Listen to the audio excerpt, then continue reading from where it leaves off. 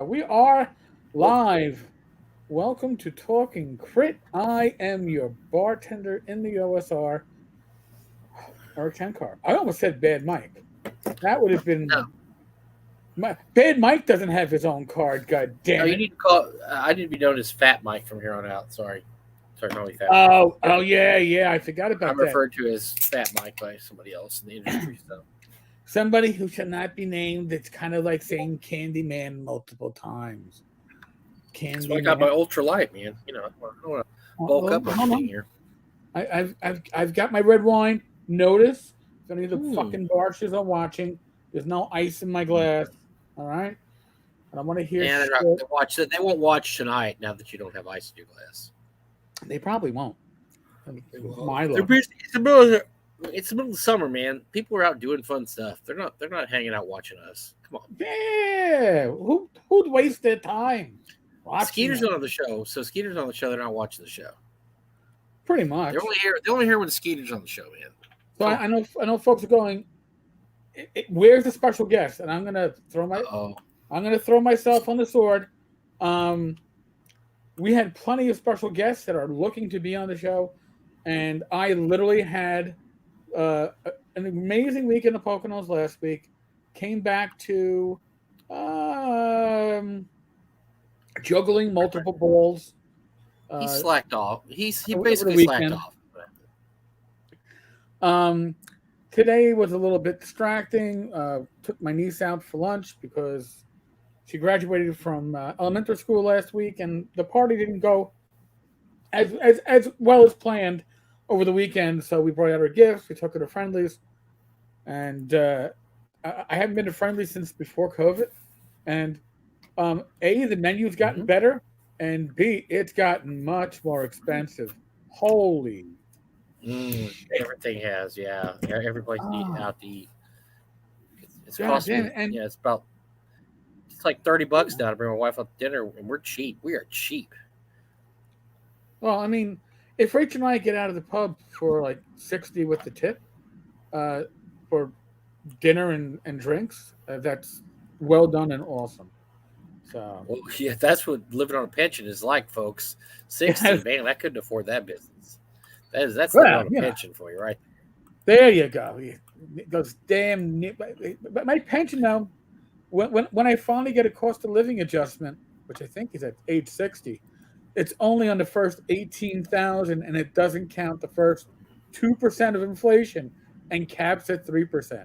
So it's not like it's ever going to grow. It's always going to be what it is.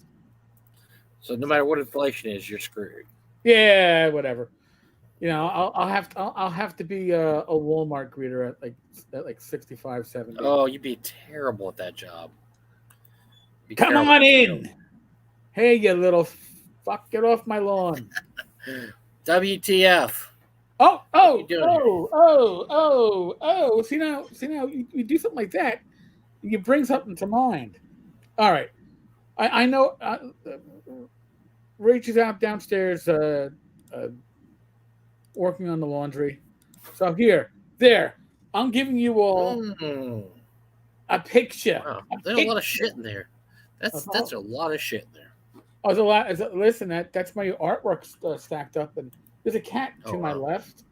But yeah, this is the viewing room, the sitting room, as we tend to call it. Mm. This isn't the yoga room, which has a lot of workout room available to it. So, thanks to a disgruntled convention goer, Uh I never oh. asked him what convention. Oh yes. What? So this shit actually exists. I The don't game believe that it. made you a star. That made the Minimum. Tikari and give her a star. Well, But you didn't get oh, that. Okay, you want to make a point that you did not get that in the mail. That's no. still Well, not it your came copy in is the not mail. authentic. It didn't come from It's a TSR, the special Dungeon Hobby admirer. A Shop special Museum. admirer sent this to you. Yes, You because had access to it. So why would somebody like I don't know Justin slash TSR actually mail stuff that was ordered? Now, remember, folks, before anybody goes, well, they know it's going to you. Well, I'm not that stupid, all right? I have a nice straw buyer, and I've been asking around, and a few people have gotten stuff in the mail. Most people have not. I have not. My mm, my straw buyer has not. But now I've got this wonderful, wonderful game. Now, by the way, I want to make sure you all can read or see. That's the TSR Oh, they have their own hobby little rating. Of course, they have their rating rating. meter. Yeah. Folks, you can license that for free. Why you would want to, I have no fucking idea. But they say you have to be accurate in the use of it. And this says, where we go there. It About says, medium. It's about a medium. it's so Medium fucking rating. small. It says mild. Mild. And what Mild. does Okay, mild mild. Yeah, say? which mild? Mild says 10 and above, 10 plus. So now, if you want to see, mild means it's 10 plus. Now, if you go to the Dungeon Hobby Shop Museum Facebook page and you look at the conversations going on there, I've seen two people say WTF, not spell out the phrase like I would, right?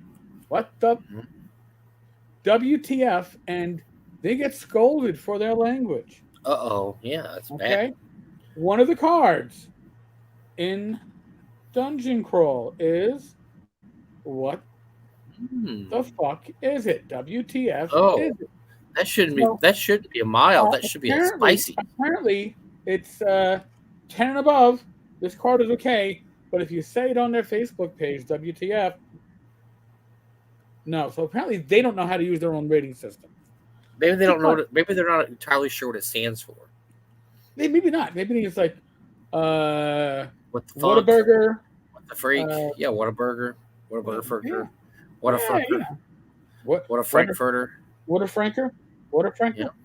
Now, another card They that might not know. Don't assume they know.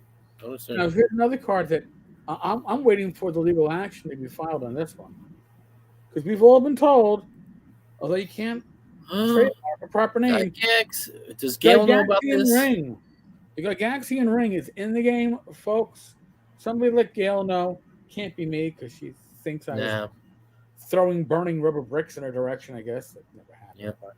But, somebody let her know. Yeah, I remember that. Yeah, I forgot that. When you were throwing bricks at the house. So, just throwing that out there. Now, Lucian, the Demon Prince. Isn't that exciting? So, Luke, yeah. And, folks, the one, the only. That classic Tenkari Giver. And then there's a bunch of other cards, It's not a game until you pick the Tenkari and Giver card. It's not really a game. Right. You haven't played. Now, here's the thing, and folks, this is just a little. I got to figure out how we're going to do this, because what I plan on doing, and I'll probably run it on the blog side, but refer people to the blog from here. Blog's just a lot easier to run this. I am going to do a giveaway, and all you're going to need to do to participate in the giveaway is send me your mailing address anywhere in the world.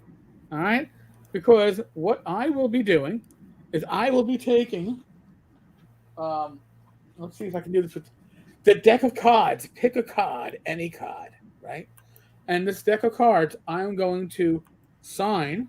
I got gold and silver pens. I'll see which ones work best. I will sign the card. Look at that. Wow. I will sign the card, 10 card, and whatever, it's like 1 of 70, 2 of 70.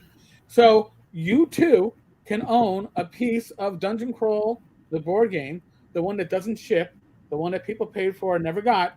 My goal is to get all 70 some odd cards in the hands of viewers and readers before TSR Hobby. And you're creating a collectible. That's amazing. I figure they got to be at least worth as much as what people haven't received yet. And I'm not. Listen, the quality of the physical product looks pretty good. I was impressed and surprised. I was like, holy shit. I mean, I was expecting, I don't know, like the old, was it Wizards game from like 20 years ago, where it looked like somebody put it together in their shed. It's like, or like the first Battle Droids game I got, where if you wanted to play it, you had to take cardboard boxes from your cereal and then paste your droids onto it and then cut them out because they were on flimsy paper. No, this is actually looks quality. Like somebody actually spent money on it. So the fact that people spent money on having received it means that I should put it out in the hands of people. Again, I didn't pay for this. Okay, Mm-hmm. it was through the generosity of Yeah, somebody who this picked is this just up. a mysterious benefactor. I know the benefactor, but Oh, they don't want to be targeted by like the army of none no, of at course TSR. not. Yeah. So, but what's in the box, Paul? What's in the box? There's actually a decently heavy board in the box. I forgot to show this. There is a sheet that Ernie actually signed. Ernie, yeah. Typically Okay, long-winded Ernie. It's like yeah. what an So now entire sheet. remember, You now, can't just say hi. no. So now remember, Ernie is just a volunteer. Ernie's not getting paid for this shit. But Ernie's name is Can I get the? I'm gonna have to turn the camera off. Turn the virtual off. I know. I'm a pain in the ass. What is prominently shown here? Game designed by TSR Hobbies. Who is TSR Hobbies? Hmm. We know who TSR Hobbies is, right? TSR Hobbies is Justin Lanasa because everybody's a volunteer. With Ernest G. Gygax Jr. Now, Mike, let me ask you a question. If this was a Wonderfield game, what would it say? With Ernest. Oh, it would say Gary Gygax Jr., not Ernest G. Gygax Jr. Yes. How dare they? How dare they put his correct name on there? So, just pointing that out.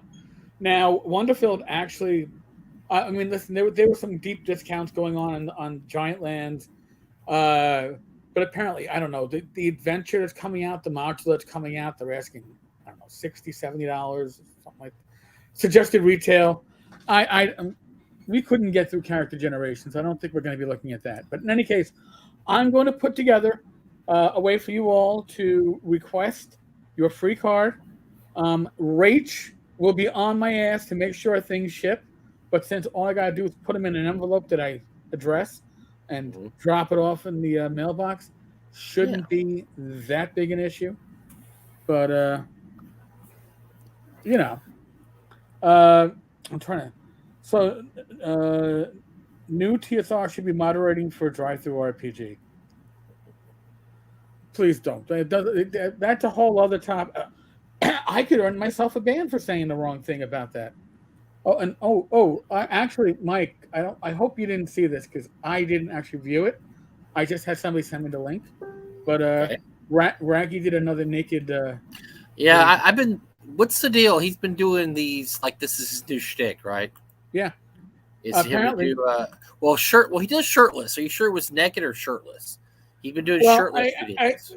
I was told it was naked, but at the same time, I don't believe he went below his navel, so I don't know. I think they're just shirtless at this point, but that's his new shtick because something's going on. I don't know if he's getting the sales he needs or something, but he's having to degenerate to shock to schlock, jock, shock, whatever. Schlock? Yes. Well, at least he's not putting out his schlock in the jock. No, he's just this is his shock jock stuff. He's just like, hey, it must be working. Look, he's not going to do this unless he's getting ratings. So maybe it helped. It must have helped him. Yes.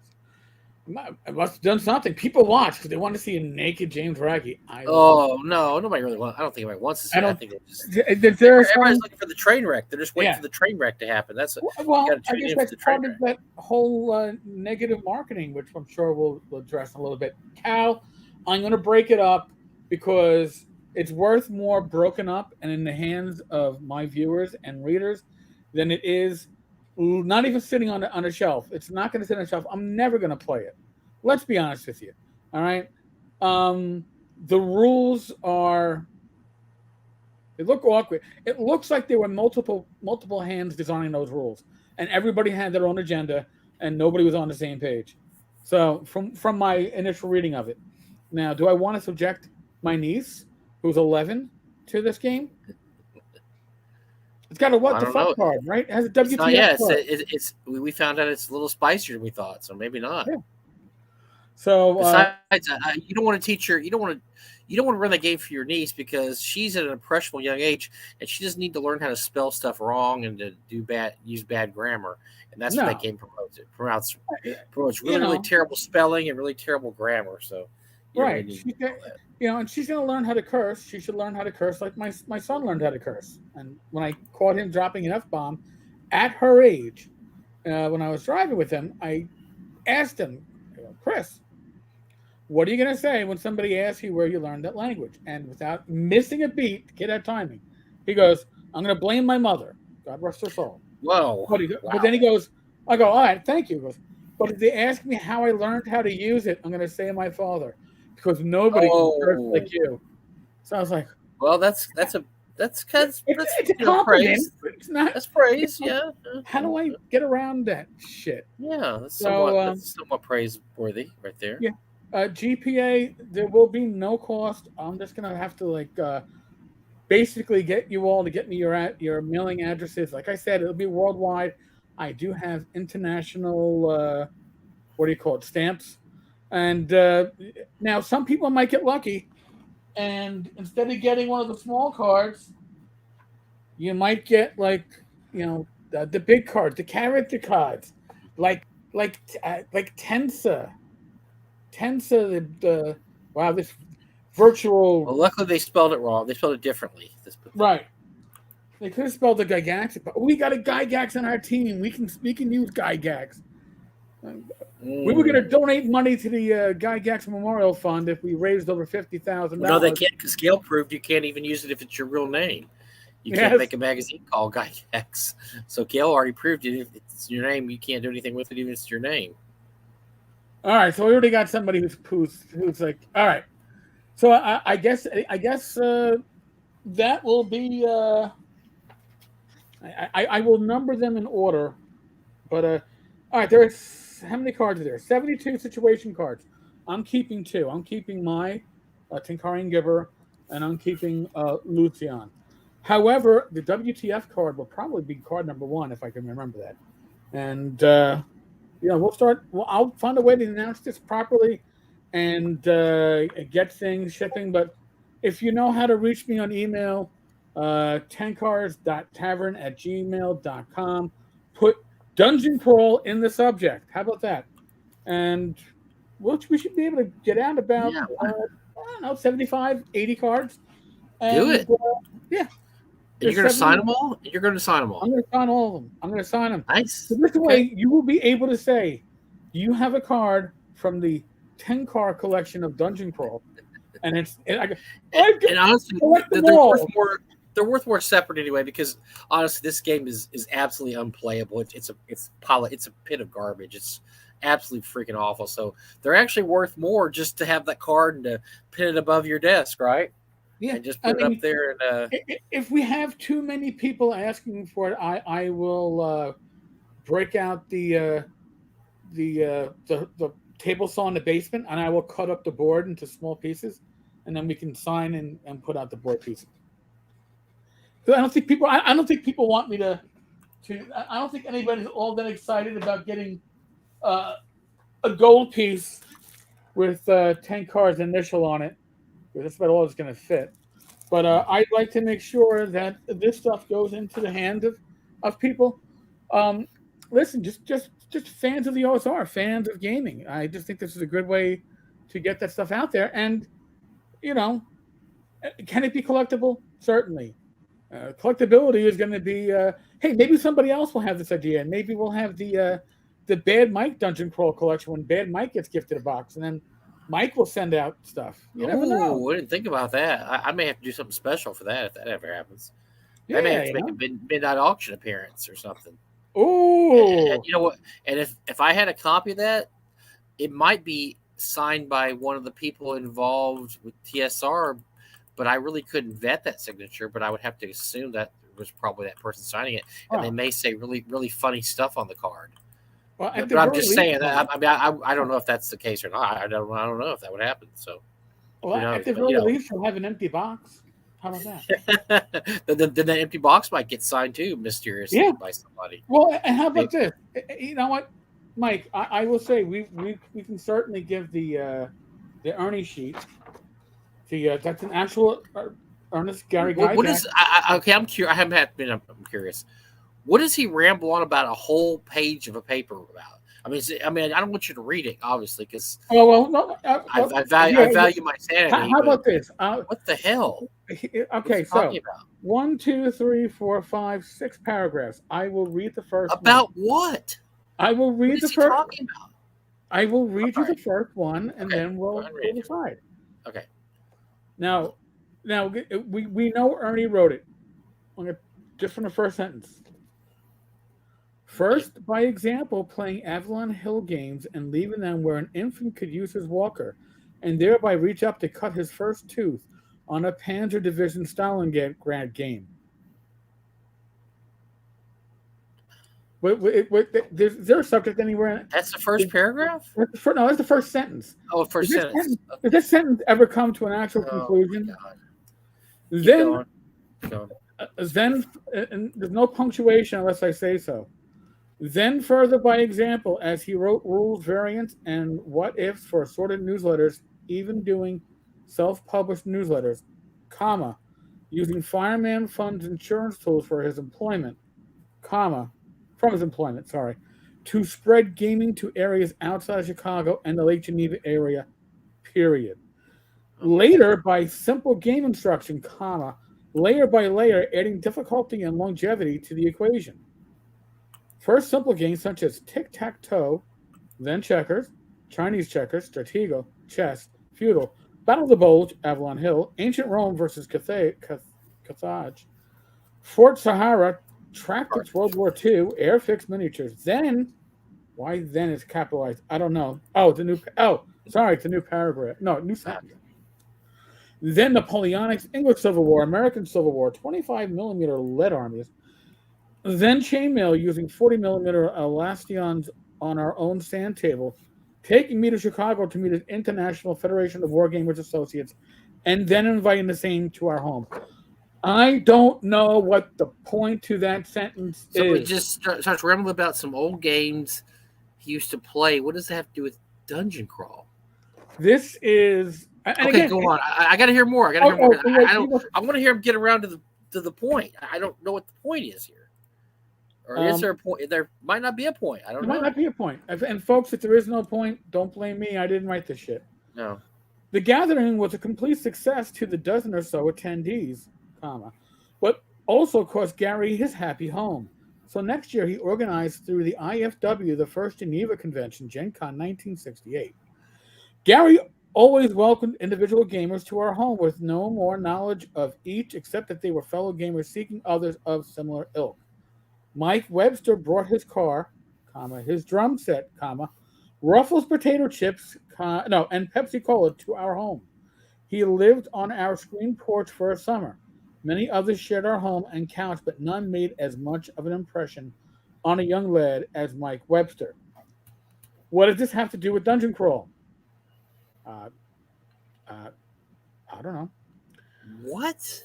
Gary with his childhood pal Don Kay built a 6x10 sand table in our basement. Then they founded the Castle and Crusade Society, no comma here, a gaming community meeting at least weekly at our house to play miniature games on the sand table, comma. Sadly, the sand table had to move to Don's garage after Dad lost his underwriting insurance position, comma, and after many humble but difficult tries, he settled on shoe cobbling at home. That is all one fucking sentence. This is what happens when you don't have an editor for your games. Yep. Yeah. And so wow. this or an editor for. It's also why Ernie's never published anything before, and that's why Benoit wrote Memorial too, or direct. Well, Ernie wrote it, then Benoit had to rewrite the whole thing. So. All right. So. I'm gonna skip forward because I can't do it. Yeah, I'm about. I'm gonna go to the last paragraph, and this has nothing to do with Dungeon Crawl, but it is why you have Ernie on the box, right? Because Ernie had this included, I guess, in the box. Ernest Gary Gygax Sr. did not follow the path most traveled, semicolon. He was a rebel, believing that imagination is far more rewarding than perspiration. Yet when it came down to sharing and putting that imagination into a shared venue, comma, he never stinted on the efforts, comma, often falling asleep at his typewriter. His lovely young wife slept in the marital bed alone far too many nights. Every time we played either a role playing game or a computer game with a leveling slash reward system, as well as air units having a part in board games. Okay. Uh, dot, dot, dot. This not only I, but all of us owe to the efforts and groundbreaking activities that we all take for granted. This is the debt we all owe to the father of gaming and role playing, in particular, Gary Gygax, 1938 through 2008. So this was written 14 years ago, and I'm by the way, I apologize for making you read that because after that, oh, dude, my head don't hurts. apologize to me. Don't, listen, I didn't have to listen to it. I read it. I wasn't listening. Okay, those poor fucks on the other side of the screen are the ones that had to listen to it. He is not. I'm gonna have to say this. He is no Gary Gygax Jr. Let's put it that way. He is his own creation. He is, because that was awful. But he doesn't have much in the way of a history of creating. No. I understand that he is one of the premier DMs. I never experienced it, but he says he is, so I will take him at his word. He can't be that great. Well, listen, here's the deal. He's one of those people that have benefited. Now, there's two things that have benefited him in his rise to wherever he's at now.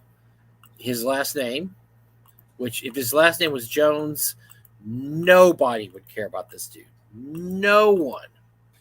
And the fact that he was there when a bunch of this stuff was going on, right? I mean, he was there at the Dungeon Hobby Shop when this is all happening. And so he is a witness to history, I guess you'd call it, right?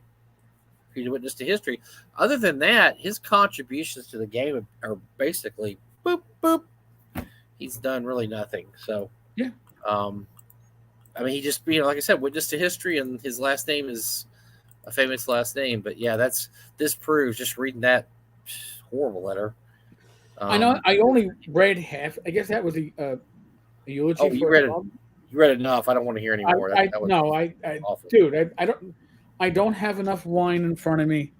And the other thing I've read by him is apparently he dabbled in Vince's Cult of Abaddon module, and that was pretty much unreadable after Ernie got through putting his handiwork there. So there's a pattern for me here. There's kind of a pattern for him. Well, and here's the thing, Mike, and I listen. I threw myself on the sword at the beginning of this episode. We might have to throw ourselves on the sword on this one. We suggested that TSR should put Gary on every product. Ernie. Gary Gygax. I know, and I want to apologize. This is going to be a night of apologies, Eric. I want to apologize for that too, because that was our game. Well, no, the game plan idea was great. Our idea was great because I've seen people suggest that before. The idea was great, but we didn't realize exactly what we were dealing with here when we suggest that idea. But go ahead. Right. We're going to take responsibility for it. Not responsibility for the bad game design. I have nothing to do with that shit. But saying put Ernie's name on everything because you can. Maybe not. Our idea was that this is how they could have succeeded, and they would have absolutely succeeded. They would have made a lot of money. Nobody would have cared that Lawson's friends are swastika lovers. They wouldn't have cared about that. If all they done is say, hey, we're going to publish some OSR type stuff, slap Ernie's name on it, the Cult of the Undying One by Ernest Gygax Jr. and Jeff Leeson, okay? Yeah. 16-page module, I don't know, 28-page module, whatever they make them. Throw some art in by whoever. I don't know. Maybe get Jeff D before you became, before he realized who you really were, or somebody, or Trick Elmore to do the cover. I don't know. And then put this out. And then, okay, so now that we know what we know that Ernie can't really write anymore. So what you could have done is have Ernie pitch you an idea, right? And then somebody could have ghostwritten it for him. Or it could have been like Ernie Gygax with blah, blah, blah. And that person could have wrote it. Do what Gary did. Ernie Gygax presents There you go. Okay, there you go. And so he could write this bullshit in the front, the stuff you just wrote. Right. That could be the intro to every module. He could write something garbage, blah blah, and then we've already talked about this. That would have actually made the company money, and they wouldn't have had to worry about all this. They would have never got sued by WotC, and they would be just trundling along, collecting their money from the Dungeon Hobby Shop and from these really terrible modules they put out, but that were written by somebody else, but had. I mean, that would have been. That is an absolute recipe for success. I will say to my dying day that is an absolute recipe for success, and they would have made lots of money on that if they just done that. By the way, Scott, I love Scott's little story here. Mary, meeting Mary Gygax, told Scott that she left the cat in the basement to poop on the sand table when she was mad at Gary. I've heard that too, which is pretty funny. Nice. There's a Gillespie in the house. Hey, get your copy of Dwaro Deep. I have been reading through Dwaro Deep. There is a mass of gaming in that book. Man, thing. Oh my gosh, it's huge. I got my copy. I think it was yesterday, and I just went, "Oh my god!" So there's so much I have to sit down and read. I need a vacation from vacation, but it will not be dungeon crawl. Even though the rules for dungeon crawl are pretty small, I'm gonna. It's actually, one person may actually get the rules. Maybe that's a bonus, right? You get the rules sent to you. We'll see. But catching up here. Dwaro Deep's great. I haven't got a book yet because I didn't send off for it right away. I do have the PDF, and I've been. We're actually right here. Look, I'm planning my next campaign that will not be till next year. But I've already got my maps out. Nice. Looking over what I'm going to do, where I'm going to put stuff, and all that good stuff. And so I'm already working on it. But this is going to take me so long to prepare for. And I'm running a Highfeld campaign right now that still has a ways to go. So I'm shooting for next year for Dwaro Deep. So we shall see. Very yeah, nice. Dwaro Deep's good stuff. Definitely check it out on drive-thru if you haven't checked it out yet. Matt Melman, Arduin here. Gygaxian family life is rad. I want to hear about David Hargrave eating magic paper tabs. We just don't know enough about David's crazy life, except that he was a West Coast. He was West Coaster, so maybe we need to know more about David because I think we've gone to the Gygax well too often. All the biographies and autobiographies and studies that have come out the last few years. There's just so many of them. Maybe you can only retrace that territory so many times, right? Maybe it's time to move on to some other figures in the gaming industry. I'd love to hear a story. Listen, I would love to hear Tim Kask stories told by those that work with Tim Kask. I think a book of that would be an amazing seller. Tim used to tell some really good stories on his blog before he kind of had a wake-up call. I don't think anybody talked to him. I think he just realized that, a lot of this stuff's kind of mean-spirited. Because I remember when he first kind of burst on the scene after being retired or being out of the business for about 20-something years, he would post stuff about, oh, yeah, we worked on Blackmore and this happened. And I remember he really threw Dave Arneson under the bus, big time. And he had some really specific stories that were pretty hilarious, but that he later took down because they were very mean-spirited. And but that was the Tim I love, man. That was the Tim that was telling it like it is, going, yeah. That apparently they used to call Dave the Toad. And I don't know if that's because he looked like a toad or because he was working on Temple of the Frog or, for Blackmore, right. But he was called the Toad. And so that was pretty. So he took that down because I guess, because Dave was old, he was about to pass away, and he did pass away after about a year or so. So I think Tim was trying to be nice and say, probably not a good idea to talk ill of the dead. So, right, Tim's got some stories, man. Tim has some inside baseball stuff, man. Inside stuff. Yeah, so, Matt, you're right. Having something about Hargrave, Arduin, would be. It would be an inside baseball thing that would be excellent to see because it gives a different evolution of the game. Arduin is kind of like the what if, and it certainly had a lot of life, but it never caught hold like its older sibling did. because Arduin had its roots in D&D and then kind of grew into its own. But there's a lot of reasons for that. One of the reasons was Arduin did not have the wholesale system, the inside stuff, because you couldn't find Arduin everywhere. You could only find it at certain hobbies. I mean, it didn't have the mass, thing that D&D did, where you could walk in any hobby shop and find D&D books. I mean, Arduin books were much harder to find back then. And another thing Arduin suffered from that we love about it now, but back then, so for those who don't know, back then, if you didn't know how, we're going to go back to 1978 when I first learned how to play. Oh, can I do the word sound effect? Yeah. So yeah, you were the same kind of ballpark. So when you got the rules, nobody had ever played RPG before. Now, if you get RPG rules, everybody's seen TV and they've seen this, that. They kind of get an idea of how to play. I just gave a 5th edition beginner set to a friend the other day who had never played or never ran a game, but she'd seen games run. Like, she knew about D&D, even though she'd never played a game of D&D. She knew about it, and she wanted to read the beginner set. So this is perfect for you, because I'm not going to use it. Go ahead and use it. But back then, you didn't have any examples. There was no YouTube. There was no videos. Unless you knew somebody else that already played, you didn't really know what to do. And then if you knew somebody already played, you were playing their version of the game, what they thought. Yeah. So I had an older friend, Dr. Joe, who was at the con this year. And he said, yeah, I used to play this in Maryland. I kind of know how to play it. So we got the Holmes Blue Box, because, you're going to start out in low level, B1, and he started running it, and then he started getting real confused about halfway through, like, yeah, I don't really know what I'm doing. He said, why don't you be DM?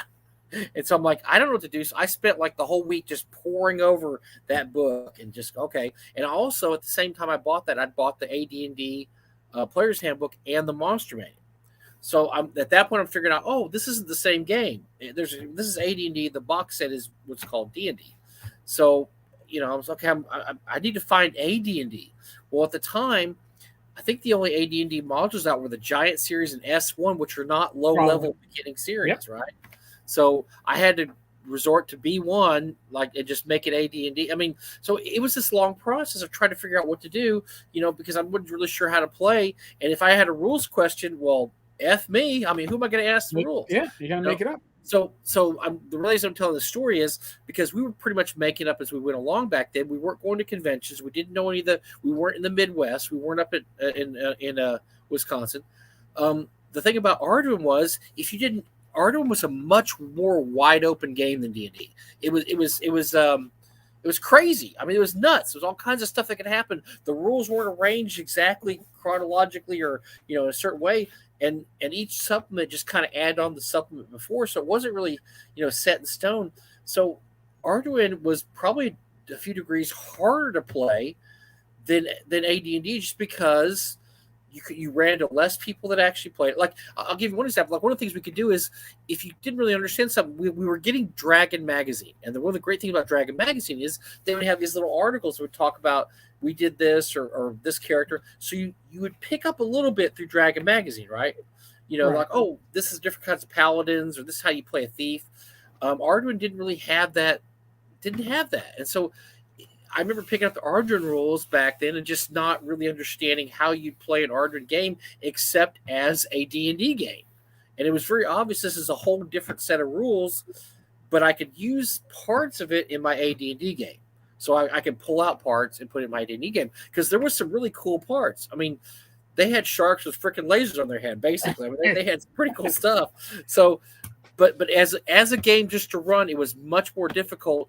Now, if you were on the West Coast and you knew people play Arduin, I knew lots of people on the West Coast later on. They were like, oh, yeah, we played Arduin because you went to the colleges there. That's what they were playing. They were playing Arduin because that's where it's based. But if you went to the East Coast or the Midwest, there just wasn't, or even the South where I was, there wasn't a lot of Arduin games going on. So long story. That was a long way around of my old brain, just to tell you that that's one of the reasons it didn't reach the breakthrough status that D&D did in the late 70s, early 80s, when all of a sudden everybody started playing D&D. And then you could, it went from you had to hide your book in class to the mid 80s when like everybody had their books and you had after school D&D camp, D&D clubs and campaigns and everything. And Arduin just didn't hit that, didn't get that boiling point.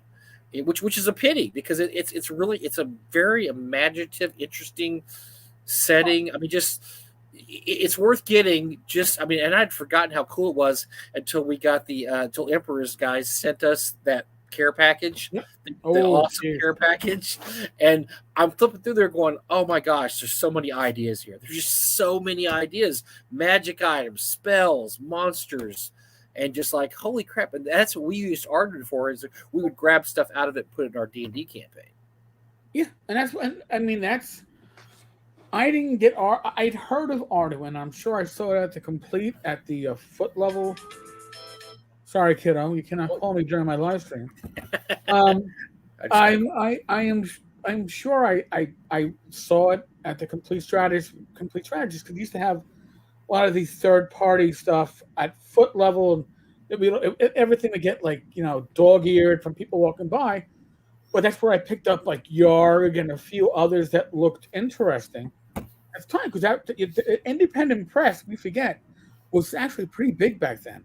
If you could get to a large enough hobby store, not the mainstream stores, but I get to a hobby store, there was a lot of cool stuff out there. But I didn't actually get to understand what Arduin fully was. You'd hear about it. One friend would have it and like bring in like one book of the trilogy, and you'd leaf through it and go, "Oh, that looks really cool." And you'd never get a chance to use it. Maybe they did, but as an adult, I found it on eBay, and I was like, "This is awesome!" And I started reading through it, and then my eyes got older, and I couldn't read through it. And then the reprints are great, though. You can read reprints and they're not only they're well laid out. The font is, I don't want to say old man font, but OSR font. How about that? OSR font. Look, I'm happy to read it. That's all I care about. Is if I can read it. Well, I'll tell you, two of the things I know right off the bat we used and we stole. There's a really good section on poisons in Arduin, and that's not something that D&D covered very well because I don't think they were kind of worried about talking about poisons. But there's a great section about poisons in Arduin, and we use that. And the sharks were cool. They had flying sharks, which were awesome. And they weren't land sharks; they were flying sharks. They were flying sharks. They were kick ass. So we used to keep sharks. But yeah, that was the main issue there. Otherwise, if David had a better marketing campaign and a little slicker in his publication. And maybe had some guy that edited it and say, "Whoa, hold on, Dave, we're going to do it this way. We're going to edit it like this." Who knows? You might have had a gaming world divided among East and West Coast. Like the rappers, right? They'd be fighting over the the West Coast everybody's playing Arduin, Midwest and East Coast everybody's playing D&D, and you might have had a bigger schism there than you actually had. So we have a podfather of the OSR in the house. Vince. Vince. Excuse me. That belch was not for you, Vince. That belch for a show that it's kind of like Seinfeld tonight, right? We're really about nothing. We've got some pretty high class guests here tonight. Jeez. Their heads are gonna swell. Oh we'll have to get a doctor. I saw Tom Canals was on here. Greg Gillespie, Scott. I mean, look at this. This is like an all-star cast. Emperor's Choice guys. I mean, this is an all-star cast of characters here. I wish we had something more substantial for you guys, except reminiscing about, And by the way, speaking of more substantial, I just threw a bomb at Eric earlier today because I said, "Oh, so what are you gonna do Friday?" Because Glenn, his every other weekend voice of Friday Night Talk, has come up with laryngitis, and I don't think Eric remembered that. He's like, "Oh shit!" Yeah, I remember that. What am I gonna do Friday night? Because you just had we had the random generator party last week. Now, I know Rob Conley is good at a moment's notice, and I love Rob. Rob and Rob would be really great if you wanted to talk about recent events like with Drive-Thru, Drive-Thru imposing the what was it? The negative. The negative publicity ban, basically. We can talk about that a little bit. Let's talk about that a little bit too. That's a good one because we get to talk about shirtless Raggy at the same time, probably. I know everybody wants to hear about shirtless Raggy, but they also want to hear about V becoming becoming the victim again, because right. And that's V's marketing campaign nowadays. Is how can I get people to hate me enough to ban me? Which, Derek, that's a terrible campaign. I know. I think you know what you're doing, but I just think that's a terrible campaign. Man, I want to get banned again because when I get banned, I get so much attention. It's not sustainable. It's not sustainable. It's not sustainable. That's right. So I wrote about this on Monday, and it's basically I took the publisher conduct guidelines, which, by the way, I went to the Wayback Machine, and the Wayback Machine only had one save of these guidelines, and that was from Monday. So I couldn't go back and see what the actual changes Right. are. Okay.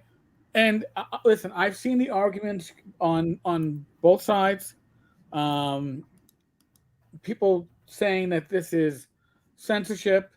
I don't see the censorship. I see people going, "This is Drive-Thru has every right to say this."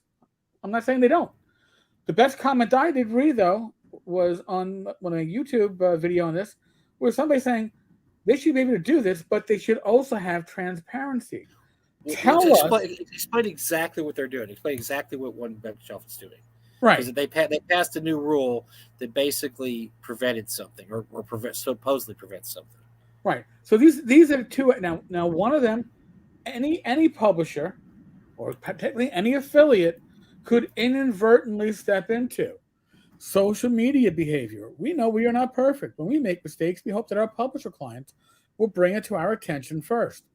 Publishers who make derogatory or defamatory statements on social media about one bookshelf or our staff may be subject to modification or termination of their publisher account.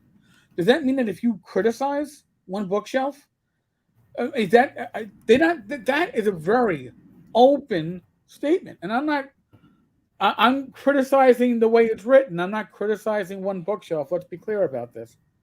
But I mean, that to me leaves it open to a lot of interpretation. It gives a lot of leeway to one bookshelf making a decision, which is potentially scary. It's very subjective what they consider constructive criticism or whatever they call it. I mean, it's very, very subjective.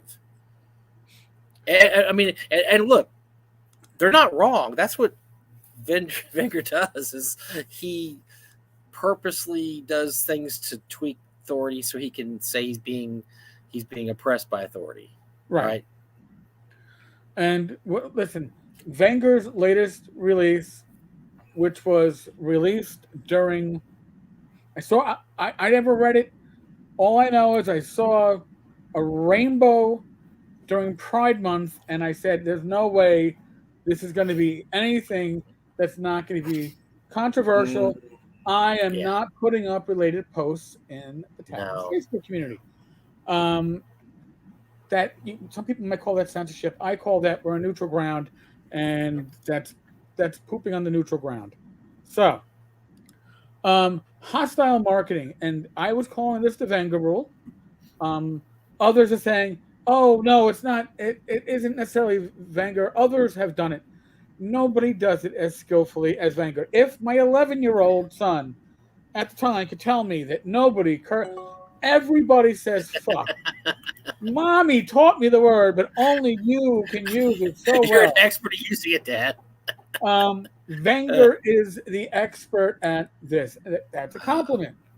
But it's also a criticism because you don't want necessarily to be known for one strategy. Hostile marketing. Yes, don't become a one-trick pony, Derek. You can do better than this. You can. Your material isn't terrible. No, actually most of his work is good, high quality. It's very high quality. I might not like it all because the topics might not. Yeah, but it's quality-wise, writing-wise, it's more consistent in quality than what you get from Lamentations of the Flame Princess, which physical quality you're never going to come and butt heads against. You can't, second to none. But I will take a green Wenger over a naked Raggy personally. But that's just me. Hostile marketing. Our policy regarding potentially offensive content. See product standards guidelines. reported by customers is to deactivate such titles while they are being reviewed. I'm going to make an observation. I'm going to here hypothetically. I don't know for sure, but I would not be surprised if every title from certain publishers goes into the review hopper before going live. I don't think that they're necessarily waiting for certain publishers to have a complaint before they get put in the hopper. That's just me. Yeah. I could be wrong. Um, Publishers who deliberately court controversy by making public declarations or accusations of censorship, which, by the way, before Wenger even put this live, he was already saying, "Get it while you can," because it's likely Right. going to get pulled. And that's what. So those who don't understand what hostile marketing is, that's exactly what it is. When Wenger wink wink tells you, "Oh my gosh, this is so over the top. This is sure to be banned by drive-through. So you better grab it now because they are going to take it off as soon as they read this thing." That's what they call hostile marketing. It's Right. manipulative. It's very manipulative.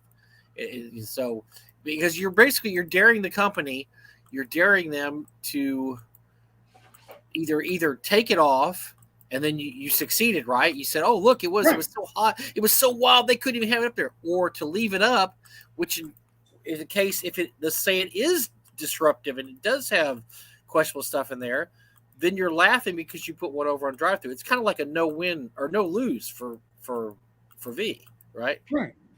I mean, So no matter what, he's getting publicity. He's getting publicity. Yeah. And he was getting a lot of coverage on different blogs and on different YouTube channels because V was nice enough to try to share them in the Facebook community for the Tavern. And I would go, "Oh no, there's another rainbow on this one. Yep, this ain't going through." All right. Yeah. Publishers who deliberately court controversy by making public declarations or accusations of censorship resulting from this process in order to draw attention to their products will be considered to use hostile marketing. Okay. Publishers who direct or support public accusations of impropriety or censorship. So now you can't accuse drive-through of censorship. Right. Towards one bookshelf when their controversial titles are rejected or removed from our marketplace will also be considered to be using hostile marketing. Mm-hmm. This behavior will not be tolerated. We have adopted a strict one warning policy for those who engage in hostile marketing. The first incident will prompt a warning. After a second incident, their accounts will be removed from our site permanently and immediately. Ouch. Now, notice social media misbehavior. You say a bad thing, we may slap you. We may give you a verbal. You get a timeout. No, you get one warning here, and then you're cut off. And I've heard the argument that it's not a monopoly. You can always sell elsewhere on Lulu. It's an effective monopoly. One bookshelf probably drives. Sure. I don't have the numbers, but I'm going to throw out a number, and I'm going to lowball it, and I'm going to say they drive 75% of the gaming marketplace PDFs. Right. When it comes to 5e, I will say they drive 90+% of the PDF sales for 5e. Sure. Maybe even the OSR. So to say that they are not a monopoly, they were a monopoly the moment that RPG Now and one bookshelf / drive-through became a single company. What we return to is Your Games Now, which had the old RPG Now interface, kind of, but had no publishers on it. Lulu, which is not a place where people go to necessarily find RPG PDFs or even books unless there's a big coupon sale going on. Itch.io. No. So don't tell me they are not a monopoly. Monopoly doesn't have to be 100%. People forget that. All right. Do they control the market? Yes, they do. They are a monopoly. I'm not saying they can't do what they're doing. They certainly can. But as a consumer, and that includes as a publisher, because you're consuming drive-through as a product, you should be aware of what's going on. This is educational. I'm in a position as a small publisher and an affiliate of drive-through that I see this, and trust me, I don't agree with this hostile marketing idea of this is how I'm going to get my shit out there. I think it is the lazy man's way out there, and it's that shock jock bullshit that I Yeah. enjoyed 25 years ago. I've outgrown. I think most of the market has outgrown it. There's other ways to get eyes on your material, especially when you can actually put out good material. I don't that blows my mind. I could see this if you were, dare I say it, TSR trying to get yourself into the marketplace. Maybe this whole thing beginning from then is a negative, hostile marketing aspect. Get people to hate us, and we'll get a handful to love us. I don't know, but it's something that people like Wenger have more talent, or are more talented than the vast majority of publishers. Sure. They don't need to resort to this. So, Right. but it's definitely the Wenger rule, because it came out with his latest title getting the boot and him making a big splash on the internet about it. But you gotta remember, this is part of his game plan. This isn't. Don't feel too sorry for him, because this is part of his marketing. Is that, hey, I'm getting oppressed here. I keep thinking of the guy in, Monty Python, the Holy Grail. I'm oppressed. He's oppressing me. I mean, that's basically me at this point. Yeah. I'm getting oppressed. They're oppressing me. And listen, I've seen people. Who do you see that's coming out and publicly saying this is wrong? You see Grim Jim, whose own material got pulled, right? He did the Gore RPG. I believe that had a huge blowback. You see James Raggi going shirtless or possibly totally possibly nude. Totally the emperor in his imaginary clothes. These are people who have had products removed, right? James had products removed because of the Zach Smith issue. I do think that, and I'm not saying this is going to be a solution that's going to make everybody happy, but I do know there's a mature area at drive-thru, because you got to be logged in to see certain results.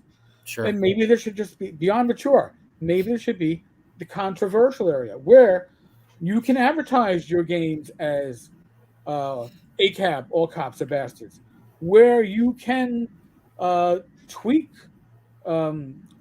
a certain segment of society during Pride Month, or you can make an RPG adventure that kills cisgendered males because they are cisgendered only, right? Maybe there's an area for that. I don't know. I don't personally think there is. I wouldn't go to it, but I don't know either if this is the way to handle it. Again, my concern is, will it be handled even-handedly, or will the built-in bias, because we all have a built-in bias, all right, which is why I always ask the community, whether it's here or on the YouTube, the Facebook, the Discord, if I am not being even-handed because I have a built-in bias, well, maybe you need to point it out to me. Sometimes I moderate stuff and I don't announce it, so I'm being even-handed, and you think you're getting fucked and nobody else is, and everybody got fucked. But there as a marketplace, we want to think that our marketplace isn't pulling back on some individuals because they personally don't like them, and allowing other people to do similar acts, but they're on the in crowd, so they're allowed to do it. We won't know unless there's transparency. So, yeah, you kind of skipped over. Well, you didn't really skip over, but so exactly why was Raggy without a shirt? Was this another? Was he just trying to get attention? It's the new Raggy. I know. I didn't want to watch. I didn't want to watch it. I didn't watch the latest video. I wasn't going to play into that. Listen, I don't know if he was playing with his nipples or not. I don't know.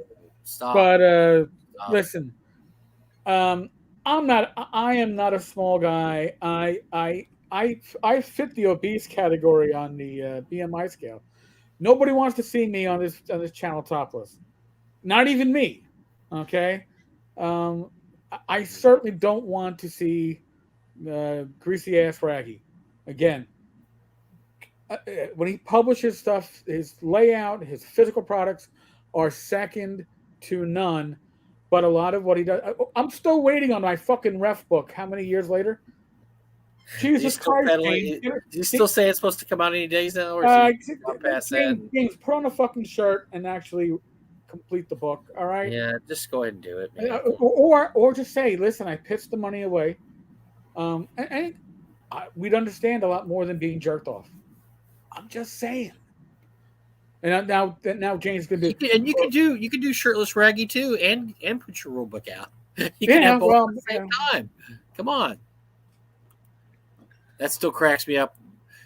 8 years later, after he said, "Oh, I'm just going to name this really crazy date sometime in the future where there's no way I can't get it out before now," right. and then we've already laughed that day. Fuck we've you. already passed that day. I'm late. Way past fuck you for the press is requiring an answer. That, by the way, is me. When somebody asks questions that are uncomfortable, and it's generally me, and I'm going to just make a statement. I don't pick favorites, okay? I have people like that have been very nice to me, but if they step in turds, I will politely tell them, usually, and in James's case, I spoke to him privately at one point about stuff, but if you keep on stepping in turds, you know what? We don't need it.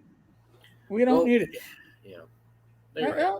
You know, but look, there's so many problems this industry. So once again, the old days, you used to have to, if you wanted to sell a product, there was no crowdfunding. You put out a product and it either sold or didn't sell. In some ways, Kickstarter has been great for the industry because it's allowed a lot of projects that may have never seen the light of day to be out there. In some reasons, it's been terrible because it's allowed a lot of grifters or a lot of people that just don't have any business running a company stealing people's money, for lack of a better term. But yeah, this is, I mean, it's been going on for years now. It's not like this is something new that people just started figuring out. I mean, this is, and then the problem is a lot of problems in our industry wouldn't be problems. Wait, let me diagram the sentence. The problem we wouldn't have these problems. Okay, yeah, because Memorial Tomb would have never been a problem. Oh, the point I was going to get is, if you have an issue like this, you need to come clean about it. Yes. Raggy years ago should have said, "I have a writer's block." I don't know what else you would call this. He's got a writer. He always has a writer's block, or I'm going to hire somebody else to do it because I just can't get past this writer's block. If Benoit and Ernie come out 5 years ago and said, "Look, we screwed up. We promised way too much from Memorial Tomb, and we should have never done that. And we're going to bring on two more people to help Benoit," because basically, what did they do? They ended up bringing in Troll Lord Games, to make sure it gets out, because they can't do it themselves. It would have never seen the light of day without Troll Lord Games. Thank goodness for those guys. My God, no, there's no way. But half the time, these issues are just admit you screwed up. That's what it boils down to. The American people, we love to forget losers. We love to forgive losers and people who screw up and bumbling idiots. We do it all the time. We're always forgiving these people. Just say, "I screwed up." Fall on the fucking sword, man. Be an adult. You know what? What do kids do? Kids pretend there's not a problem. I'm gonna hide my head in the sand. We're all guilty of it. Don't get me wrong. I'm not casting stones and saying my house isn't glass. My house has shattered windows from my own ineptitude in the past. Trust me. All right. But the ability to actually look at it and go, "Wow, I was fucking inept." It's important, and important to admit to that. Now, the 5K5 has an interesting question. As an international audience member, how does the U.S. panel see this issue in terms of U.S. rights to free speech? Is it a total fuck fight or shit fight? No. This has nothing to do with free speech because it isn't government regulating. It's a private industry regulating. It's a monopoly, so it's get a little iffy. But if it's saying that this stuff is not appropriate for our site, theoretically, there's he can publish it himself on his own blog. In a lot of ways, I'm a free speech absolutist in a lot of ways, in that I even think that hate speech should be free, because if you're a hateful person, I want to know who you are. If you're a Nazi, I'd love to know you're a Nazi. So go ahead. But I will also say I firmly believe that private companies have the ability to, I mean, what is it? You have the freedom of speech, you just don't have the freedom of consequences, right? You can't direct the consequences. I mean, Elon Musk just fired a bunch of workers the other day. For those that don't know, he had a bunch of workers at SpaceX came out with this letter to the editor type thing where they said, "Hey, Elon, we don't like you on being on Twitter so much. We don't like you talking about stuff. We want to go to the stars and explore Mars, this, that, and you're just, you're just complicating things." And they all got fired the next week because they were accused of, look, this is free speech not on your own time. This is free speech on company time. You need to be working when you're at the company. And I had no problem with that. Like I said, you have the freedom of speech. Look at Gina Carano. Gina Carano got fired from the Star Wars universe a couple years ago. I thought she was great. I love her part. I love her as an actress. I think she's adorable. She's great. But once again, when she started tweaking the bull, and saying these things, they were perfectly within their rights to fire her, because she's not immune from consequences. And I firmly believe that. I've always been that. If you don't want to get fired, either stifle your free speech or say, okay, one of my consequences is I'm probably going to get fired, but I can't remain quiet about this any longer. All right, I'm going to have to say something. I mean, folks, the reason why I'm Eric Tenkar, not Eric Stina, at least online, is because I was an active cop, sergeant in internal affairs, and I did not want myself to inadvertently say something online that could come back and affect my employment. Sure. And yes, there's a lot of ways you could have gotten in trouble for that. Let's say if you, I mean, you weren't immune from free speech stuff if you'd have said stuff about the police department or the NYPD on your name, and they would have been perfectly, within their rights to let you go. If, like, look, on the side, this police you weren't a captain, you were a captain. I was only a sergeant.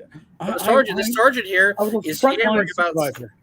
I mean, this sergeant's yammering about this, and do we really need that? Nope. All right, get rid of him. And I mean, I've seen it with people who off duty, but were in a parade and acted improperly, embarrassed the department, and were let go. I saw a deputy inspector post on a public forum under an assumed name, but somebody ratted him out, and he was forced to retire because they would have fired him otherwise. So this is all, there's many layers to it. But, again, I knew when I took a job as a police officer back in 1996 that I was giving up certain rights. My right to free speech, my right to actually own my time off. I was a police officer 24/7. Even when I wasn't on duty, I was still held to the same standards. So, that's one reason why Eric and I can kind of go on stuff and just get a little crazy, because Eric's retired. I work for myself. I don't really have to answer to anybody. But I do keep it reasonable, because I don't want to, be blacklisted off of, YouTube or have everybody, not come to my convention. So I keep it within reason. I don't get political. I don't get, over the top, but we have a little layer of protection that we are not answering to big corporation that might be our employers. Right. Mike and I will always talk with you, truthfully about events within this hobby of ours, within this community, within gaming. We're never going to be going like, oh, well, Satine could ruin our careers as YouTubers. We can't talk about that shit. We'll be honest about this stuff. We will, however, avoid politics and social. Yeah, we avoid politics. We don't release sources or throw people under the bus without due process. And we're not without permission. Honest to God, I know Scott was watching earlier and he was commenting. Scott Griffin is one of my personal heroes because he came forward and was like, listen, I need to show what Ernie did and is capable of. Because listen, as a community, we actually like to believe the best of people, and I've heard from the left and from the right, numerous people over the last year or two making excuses as to why Ernie was involved with new TSR and the General Hobby Shop Museum, and that he's clueless, and that he's he's He's not a man child, folks. He is not a man child. He's an yeah, adult. he's an adult. He made his own decisions, and Adult he'll person. he'll he'll reap the benefits, and he'll pay the costs. So I'm Yeah, gonna try. I'm gonna try to catch up on the chat. By the way, I'll tell you so. You do that, and I'll talk. I'll yammer on here, but yep. I'll tell you something. Like even the biggest thing in our hobby now is people love to pile on. Even Satine and Jameson, I don't think they're entirely horrible human beings. That they've done a lot of good for the hobby too. That they've run games where supposedly people have had a good time. They've done things for the hobby that haven't been all just one-sided horrific, and so you have to throw that kind of in there too. I mean, I don't like throwing somebody completely on the bus unless there's somebody that just absolutely have 100% shown they're not going to play by the rules, and that's most of the people unfortunately associated with new TSR. But for the most part, Eric and I give a lot of people a lot of leeway, and because if I mean, it's you're not most people are not all bad or not all good. They have they have their good sides and they have their bad stuff, and that's why for years we never threw Ernie or Benoit under the bus. No, because we know they weren't stealing money; that they got in a bad situation where they bit off far more they could chew. Yeah. Now, by the way, John Miller makes up has an interesting comment, and somebody else I will follow up on it. What are the prospects for an alternative to OBS drive-through RPG? For example, it takes a smaller cut from authors. What's the chance they could take 5 or 10% of OBS's business? Would they be viable? Short answer. Okay, this was dabbled in 5.5, 6 years ago by a company that can invest some money in and had some partners, and it wasn't viable. Now, I see that climbing that mountain says that's what Wenger is doing. He's setting up an alternative to OBS Drive to RPG after VengerCon, from what I've seen. It might be viable if it's putting pocket change in V's pockets.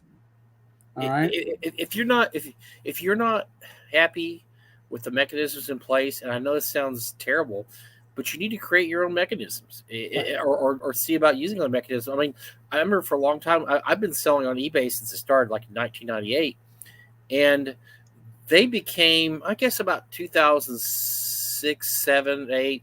They started to become extremely authoritarian because they had a new CEO who didn't know anything about the business. His name was Donahue. I called him Donahore because he's a fucking moron. And he went in and tried to run it like I don't know what he was doing. To this day, most people don't know what he was doing. Basically ran the company into the fucking ground. But a couple of things they did was they said that you have to, one of the things they changed is you could no longer take the payment of your choice. You have to use PayPal because they own PayPal. So basically they're directing your money to PayPal. And if you don't like using PayPal, then go do your own thing. Well, guess what? Guess who did their own thing? I just flew on my mind. Who is the craft site? Etsy. Etsy said, okay, sure, we'll do it. Boom. They went and formed their own successful business. Now Etsy does tons of millions of dollars of business because they said, well, we have people here that are craft people. They don't want to have to use PayPal and be under PayPal's rules. And so the Etsy people, whoever started, they went off and formed their own company. They sprung off from eBay and did their own thing. One of the other things that Donahue had said was that he didn't like the garage sale aspect of eBay anymore. He wanted to be more about businesses selling their overstock. And so he made these really onerous rules on mom and pops and said, no, you have to clean up your act. You have to start posting these kind of pictures, do this and that. And that, like I said, that was the impetus behind Etsy, and they were able to go do that. So, yeah, if you're dealing with somebody and you don't like what they're doing, then you need to try to figure out a way to do an alternative. I know it sounds easier to say than it really is, but it can be done, and it has been done. And I'm not, I mean, at that time in 2008, I was never in a position. I wasn't going to start my own company or start my own payment method. I had no means of doing that, but I was sure happy when those started popping up and new sites started popping up. And now one of the really good things about Facebook is they have a Facebook marketplace now.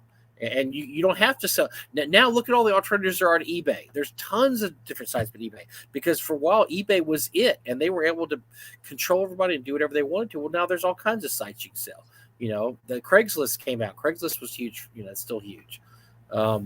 But yeah, is it still huge? It used to be 5 years ago. Well, they took all the pervos off. So there you go. Once they took the perverts off, it kind of. Although there still is lots of perverts on Craigslist, but once they started shutting down the pervert pages, that kind of killed. It's the same thing with.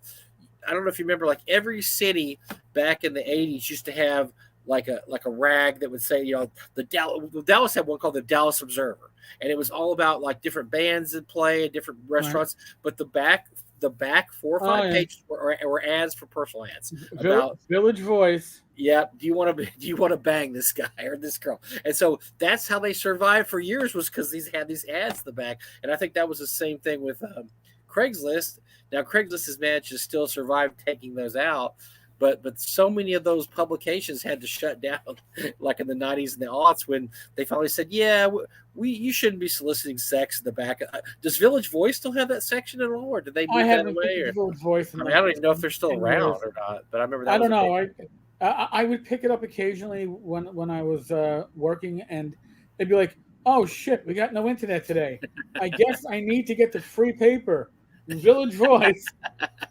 I'll read what's going on. It was. Let's look at the back. Oh, here we go. Men seeking women, women seeking men. This is the part I want to watch. MSW. Oh, okay. Yeah. NSM. WSM. Oh yeah, we had every big city had those. Every big city had one of those. And once they started cracking down on it, it kind of went away. But I think Craigslist, you can still get stuff on Craigslist. I still see stuff on there. I have to check it. But I made one score on Craigslist. Oh God, it has to be like 7 or 8 years ago, when I got my first Subaru. Literally within weeks after getting it, like, Joe the lawyer's like, "You should check Craigslist for gaming material," and I did, and found a guy out in Queens whose wife, newly married, and his wife was making sell everything. Stuff. Yeah. And he wanted $100 for like 2 large magazine boxes of like D&D material. And I told him, I go, "I'm not going to give you a penny less than $200. He's like, "Huh?" I go, I mean, listen, there was some city-state stuff from Mayfair, which was not good, but I mean, there was my handbook. There's a lot of my best Craigslist was a very similar story, Eric. It was I used to haunt Craigslist pretty regularly. I saw guys that had once. It was a Saturday night. Hey, just got back from the military, just retired. I need to get rid of all this stuff. And he had pictures there. And we're talking a Foot Locker, so big, whatever. So like about that deep, pretty deep Foot Locker, filled with D&D stuff. And we're talking multiple copies of D&D's Demigods. He probably had 3 or 4 sets of all the hardbacks. Wow. This is all his old D&D stuff that had been in storage. And he'd been overseas for years. When he got back, he's like, "What to do with this?" And so I messaged him I'm like, "Dude, how much do you want for it?" He says, "I don't want anything for it. I'm dragging it out to the trash tomorrow if you want to come by and get it." And I'm like, I told my wife, we're going to be there like at 8 in the morning. So we hauled ass to the city, and we get there. He had just dragged it to the street. Thank God it wasn't raining or anything. Oh, wow. And it was so massive. I had to have his help to put it in the back of my truck. It was massive. And I told the guy, I said, "I'm going to give you $100. He goes, "No, I don't want anything for it." And we argued. I eventually ended up giving his wife $100 because he wouldn't take it. And I said, "I bet your wife will take $100 because this was easily over $1,000 worth of games."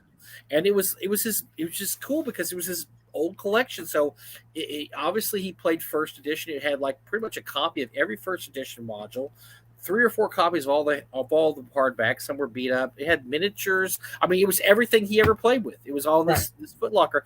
And the Foot Locker, I still have the Foot Locker. It's awesome. It's a beautiful Foot Locker. I still just think it's so sad that he had to get rid of it. I'm glad he did because it was awesome. But it's sad that he just felt like, I'm just going to throw this out and put it. He dragged it out by the side of the road and was like, "Yeah, whatever. Whoever can come and wants to come get this." I'm so glad I saw that ad because the next morning, man, that trash truck would have come and hauled that shit away, and it just would have been tragic. Although I do remember back when I was a rookie police officer, and I was like, I had to get rid of comic books, and I was just taking, so your comic books that are just like the worthless ones. the 40-cent cover price Oh ones. yeah. When right after the DC explosion, they were fucking worthless. Right. And I put them out in the garbage bags, and I'm watching the garbage truck pull up, city garbage truck pulls up, and they lift up the bag, and it's heavy, right? And the guy rips it open, looks in, and then they throw it in the front seat. And then they rip open Oh the next yeah, one, and they they throw it in the one of front those seat. comics. They're gonna be reading that all day and taking that home to their kids. That's awesome. Oh yeah, That's good I was stuff. like, at least it went to good hands. So Yeah, I was that's like, that's good. geez. So yes, Craigslist still, but yes, it would be nice it'd be nice if there's 3 or 4 drive-through RPG type stores that did that. That'd be cool. I mean, obviously you have Lulu and stuff, but it would be great if you had that kind of competition, and maybe over time it will develop. I don't think so, because I think Maybe. printing is not a big consideration anymore. I Well, think all right. So here's the thing. Your Games Now was an alternative. It was one of the smaller publishers that was running it. It was an alternative mostly for OSR games. It didn't go anywhere. It didn't. When it finally went, it was sad. But Indie Press Revolution, which did things like Spirit of the Century and a few others, I don't even know if they're still up. The problem with most of these alternatives is that they don't have print on demand. Now, interesting thing to note, One Bookshelf recently emailed publishers to say that there's been no change. They thought there was going to be a huge change in the actual cost of PODs. They thought they were going to have to increase the because cost. everything's going up in price. Yeah, everything's Right. going up in price. Yeah. They didn't have to, but they are going to look at other print-on-demand sources other than Lightning Source. Why? I think because people were a little bit upset when Saddle Stitch went away. And why did Saddle Stitch go away? Apparently because Lightning Source, their Saddle Stitch printers had reached the end of the lifespan, and instead of it's expensive to make new printers. Yeah, it wasn't worth it. Do it. Just didn't want to do it. It's just. So we'll see how that lands. Well, think about this, Eric. So so people don't realize that there was a lot of third-party stuff in the 70s, 80s, 90s. Back then you didn't have the distribution network. And so for those of you who don't know, I'm going to reveal something personal and something have a drink.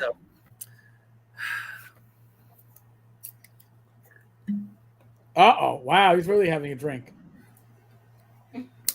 So in the 80s I was in a punk band.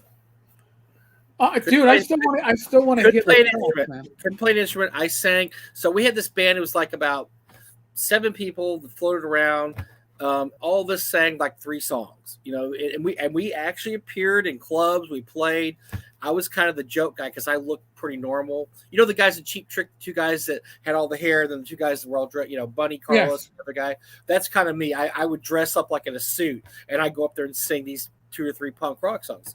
So back in the 80s, the only way you get your stuff out there is if you went into a studio, cut a record, or actually it was tape, cut a tape, and then you had to print these tapes up, and you had to distribute them. There was no internet. There was no distribution network. You had to go to like the place in the city where all the clubs were, the CD section, and just walk around with a satchel full of cassette tapes trying to, get $5, $10 for them. It was a beating. It was an absolute beating. And the same thing with third-party printing in the 80s.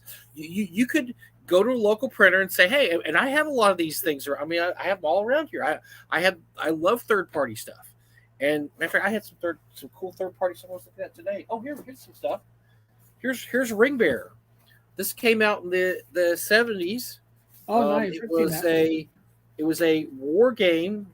They couldn't call it anything to do with Lord of the Rings, but it's called Ring Bearer. I think it came out in 76 or whatever, but it's from Little Soldier Games. How about this? The Fighter. That's Martian Game Modules. That came out in 1979 in Killeen, Texas. So you would get your stuff together and you go to these local print shops. You print out a couple hundred copies, but then all the distribution was up to you. You had to give them out at conventions. You had to put ads to the back of Dragon magazine. Remember those ads to the back of Dragon magazine? Yeah. Or you had to go to conventions and sell them. So nowadays, your bar is so much lower because, first of all, we have printing programs you can run on your freaking computer. they can make things look very professional, much Yep. more professional than stuff even like the the ring bear, which is pretty sad. It's just really but you can make stuff look really professional. It's a You have a mimeograph. distribution network. You could get on eBay. You could get sell it on eBay. You can get on Facebook and talk about your stuff. You can get a YouTube channel. There is a ton of ways out there to sell your own printed stuff. So if you really truly just say one bookshelf, screw you, Lulu, you can still put out product, and you'll have an easier time of doing it now than you have at any time in history. Any time in history. Because these guys were doing this back in the 70s, 80s, and 90s with no network and a much higher bar to actually printing stuff. You don't have that bar nowadays, guys. If you want to print something up, here's something that Tom Wilson and I and Charlie Phipps did a few years ago to benefit North Texas. And I'm going to show you the quality of this. This was done at the local printer. Tom Wilson, who's a good buddy with it, does all that stuff. Tom Wilson is our friend.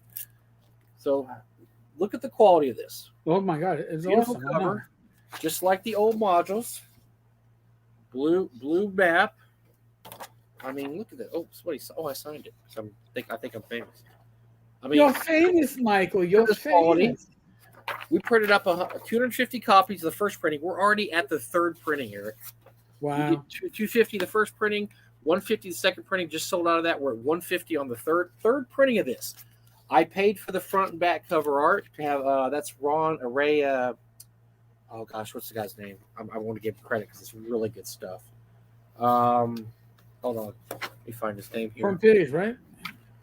He's the guy that does all of Tom's stuff. Matthew Ray, great stuff. He did just beautiful cover. We did it pastel, whatever. Now that was Charlie. Charlie did most of the writing. Tom and I did backup. So next year we followed up with this one. And by the way, this is a sequel to the B2. Keep the board alive. This is the Caves of the Unknown. Tom and I did this one. This is a sequel to X1 Isle of Dread. Same deal here. Beautiful blue maps. Here's the middle thing. Looks great. Printed for old people. You can read it. There you go. We did this ourselves at his local printer. Now, this is still on its first print. We probably have a few more of this. This wasn't quite as popular as B2.5. But we did that. We did everything. Tom did all this. So I'm just saying is that the bar, if you want to print your own stuff, yes, you're not going to probably be able to print 1,000 copies and make your money back. But you can start off small still. And you don't have to deal with one bookshelf. You don't have to deal with, Lulu. You do your own thing. Yes, you're going to have to do a lot of your own marketing. You're probably going to have to go to conventions, sell this stuff. By the way, if anybody's interested in either one of these, $24 a piece. All proceeds go to North Texas RPG Con. They're both excellent modules. If you like old school stuff, and they're written for BX. That's why we call our company Basic and Expert. It's written for BX. There you go. Contact me on Facebook. Mike Battlelot on Facebook, and I can set you up with that. But my point is that right now we have the lowest bar ever for printing your own stuff. And as long as you're willing to do the work and get out there and advertise it on Facebook, advertise it on eBay, advertise it on conventions, you can do it yourself. You don't need one bookshelf to do anything. No, you don't. However, just like Kickstarter is, if you want to crowdfund and you have a choice of going Indiegogo or Kickstarter, which one are you going to go to? Kickstarter. Sure. And Indiegogo is a feasible alternative, folks. Don't get me wrong. But Kickstarter is a built-in marketing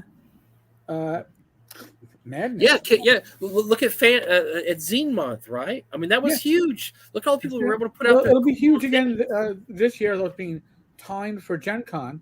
Right. And by the way, for those asking, and I do get occasional questions, Continual Light will be after Zine Month. It'll come out this year. Got delayed because Jeff was in Ireland for a couple months, job related. And James Spawn's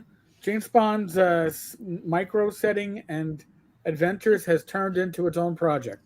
That's probably and you're doing this yourself. You're not going through any big publisher. You're not. No, but the PDF will be coming. The PDF release will certainly be through drive-through. That's for sure. Why? Because it is the place if you put out a PDF, people can find it. All right. Now, could I just release the PDF through 10 Cars Tavern and have a PayPal site put up? Sure. Would I? And I would probably keep 95% of the money's raised as opposed to 70%. Yeah. But I'd probably sell less than half. Right. Even though I have, I'm not going to say anything that people don't likely know. I probably have, at this point, the most read blog in old school gaming. That doesn't mean what it used to be because there aren't too many blogs left in old school gaming. And even though I have one of the more popular channels in the OSR YouTube world, that doesn't mean a lot because it's niche. It's very niche, right? If you want to get beyond that, you need something like it's going to be released on Kickstarter. It'll kickstart probably in the fall. That should be a huge way to get some views on it. Listen, when you put out your product, you want it to be played, and that's more important to me than the money's made. You want it to get into hands of people. That's the reason why I tell people, listen, if you are running a program with a school or a club or a church, and you need copies of Continual Light, I can get you to them at cost through Amazon Print on Demand. Just reach out to me. It'll take 2 weeks for them to send it. It won't be instantaneous gratification like tomorrow with Amazon Prime, but you'll get it at cost. I don't need to make money on it because I know it's going to go into hands of people that will use it. That is important. So, we all have our own goals. If my pension wasn't as good as it is, my goal would be to make a lot more money off of hobby publishing than I am, and that changes your. It takes time, right? I mean, it takes time and effort. You can't just you can sit around and not promote your product, but it's not going to sell. It's just going to sit there. It's not going to promote itself, right? No. I mean, you have to do a little bit of pimping for it. Gerard, thank you. Like I said, it is laid out. There are some tweaks we want to do. James Spahn has some optional rules that may either go into Continual Light or may just be put into the adventure / setting that James was. He exceeded his goal by about 300%, so it became his own project. He did the usual James Bond where he didn't know when to stop and just kept writing. That's okay because I watched the progress, and then James was like, I know you said like 5,000 words, but do you mind if I go a bit beyond that? I go, I'm not telling James now. Then it's like, I'm adding a new race. Oh, okay. I'm adding a class. Keep going, dude. Just keep going. So the setting has, I got the deities. I'm like, dude, just when you're done, when you're happy with it, let me know. Yeah, go for it. Just let me know when you're finished. Yeah. Yeah. So James is amazing. You always let the talent do what the talent wants to do, right? Just let the talent go, not stopping the talent. You have to know. I mean, sometimes you have talent that needs to be put on rails, and this is what you need. This is what I need. Right? With James, I was just like, here's 2 sentences of what I'm thinking about, and just go with it and have fun. And it looks like he's having fun. But by the way, I mentioned talent, and something just popped into my head. And I don't know if we talked about this last week or if it. Artist Terry Pavlet passed away. Yes, I don't think we did talk about it. And I couldn't remember if we talked about it or not, but he still has a GoFundMe out there. I'm just trying to find a link unless you have one.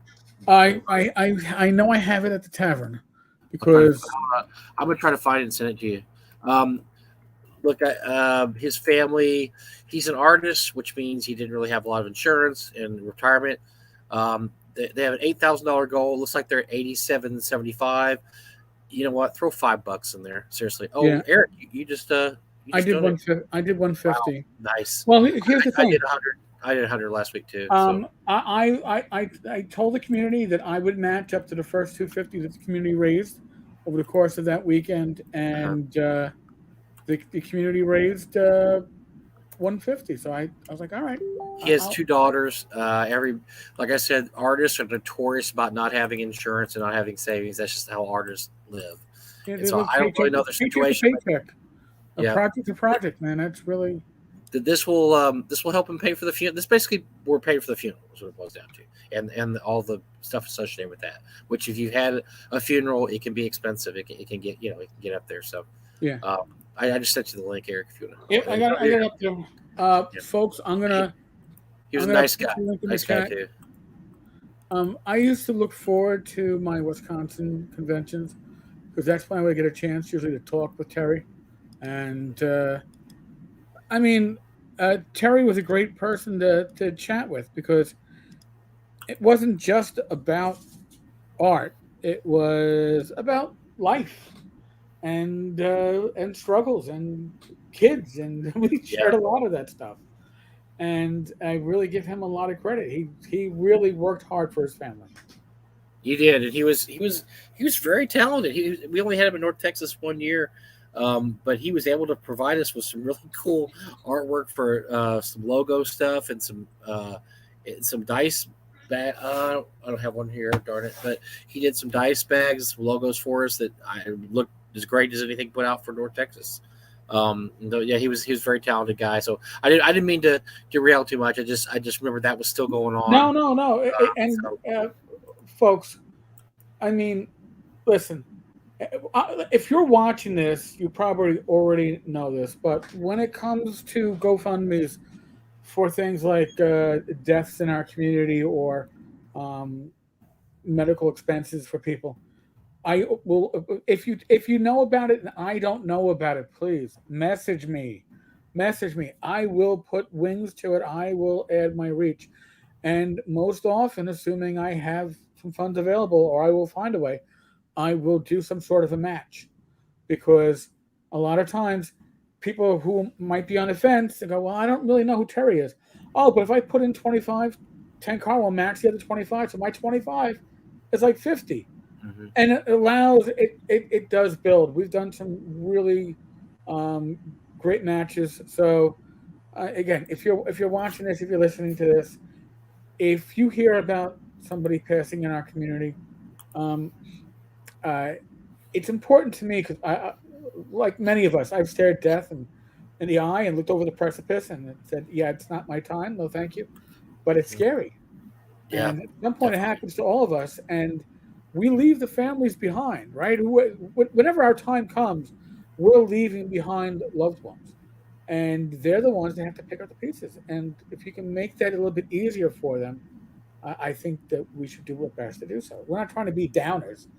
This is just, it's part of life. As you get older, too. Hey, I'm going to be 55 in July. You know, none of us are getting, I know. I thought 50 was the big thing. And then it stopped being the big thing. I got the big 6-0 coming up, and I'm not looking forward to that one bit. I don't like getting older at all. I hate it. Detest it. Yeah, when you were young, it's like, oh yay, I'm 18. I can legally drink and get drafted. Fuck. But Richard Pryor does a great routine on the difference between, I think it's between 18 and 48 or 58. I can't repeat any of the jokes in it, but it's pretty accurate about what you can get away with when you're 18 and mostly about parts not working in your body. Oh my God. About how he used to wake up in the morning, he would pee from his bed laying on his back. Because everything worked, he just went up there, time to go. There you go. Now he wakes up and he's like, wake up, wake up, wake up. So yes, that's a good routine. If you ever get that routine about the difference between 18 and I think it's 58 or 48, I can't remember, but it's true. It's true, man. Things stop working. Things stop. They don't work the right way. You got to compensate. My birthday's at the end of July. I'm a Leo, so my birthday's the 30th. And my father is like less than a week later in August. And my mother, sister, and my niece all have their birthdays in December, all crowded around.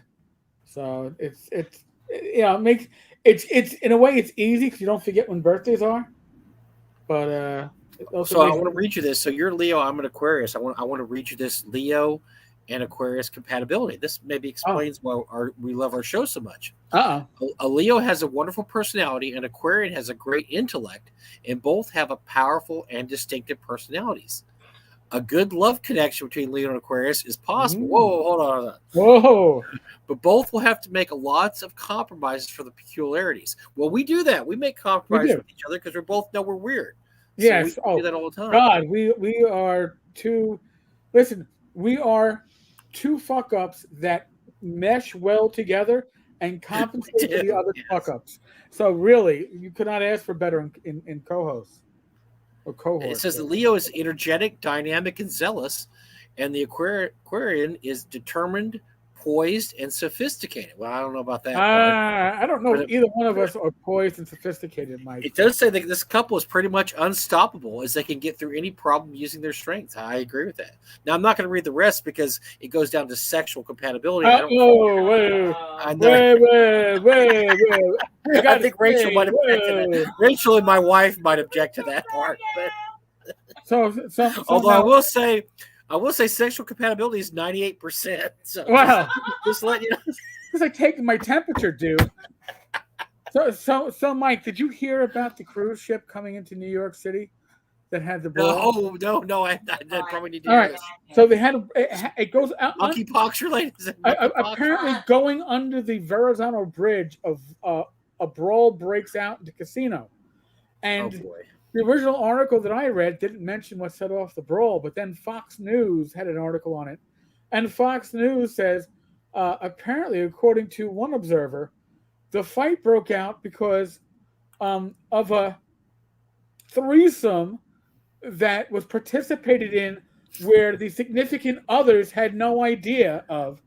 And I guess three. So you're talking three couples, and one person for each couple all got together on their own. So the other three people, then the trio didn't know. Wow. I'm going to play my slot machine, That's Ernie. ballsy. That is ballsy, man. And they got caught, and so we're talking 6 people brawling it up there. So they might have been compatible at the moment, but not compatible a long time. Maybe they could have brought their partners in and just had a full-fledged orgy, and this wouldn't have happened. This is a great conversation you get on Talking Crit. See, that's when you need like the relationship counselors. You do know that if you do this, you have to bring your partner in.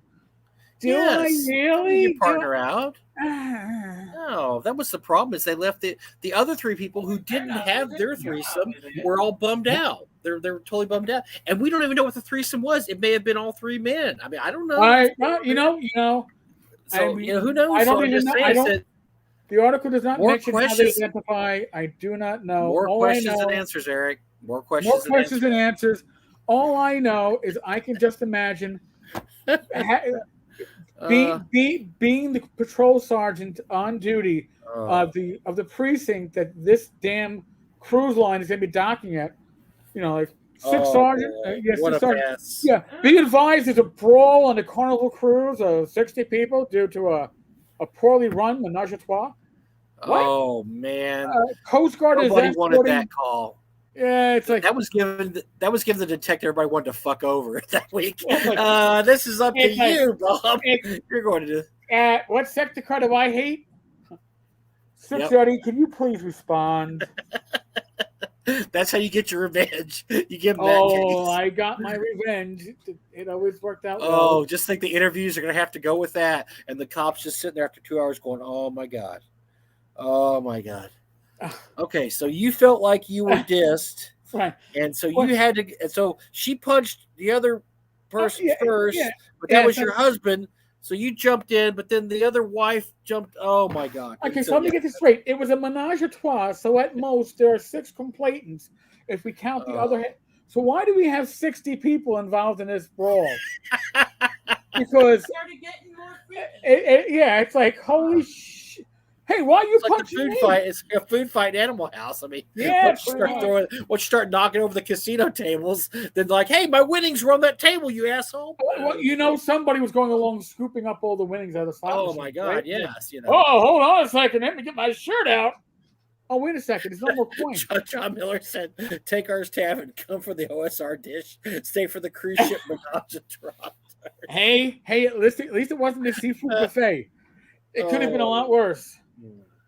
Oh, that was out of nowhere. See, you just never know where this is going to go every night. No, you don't.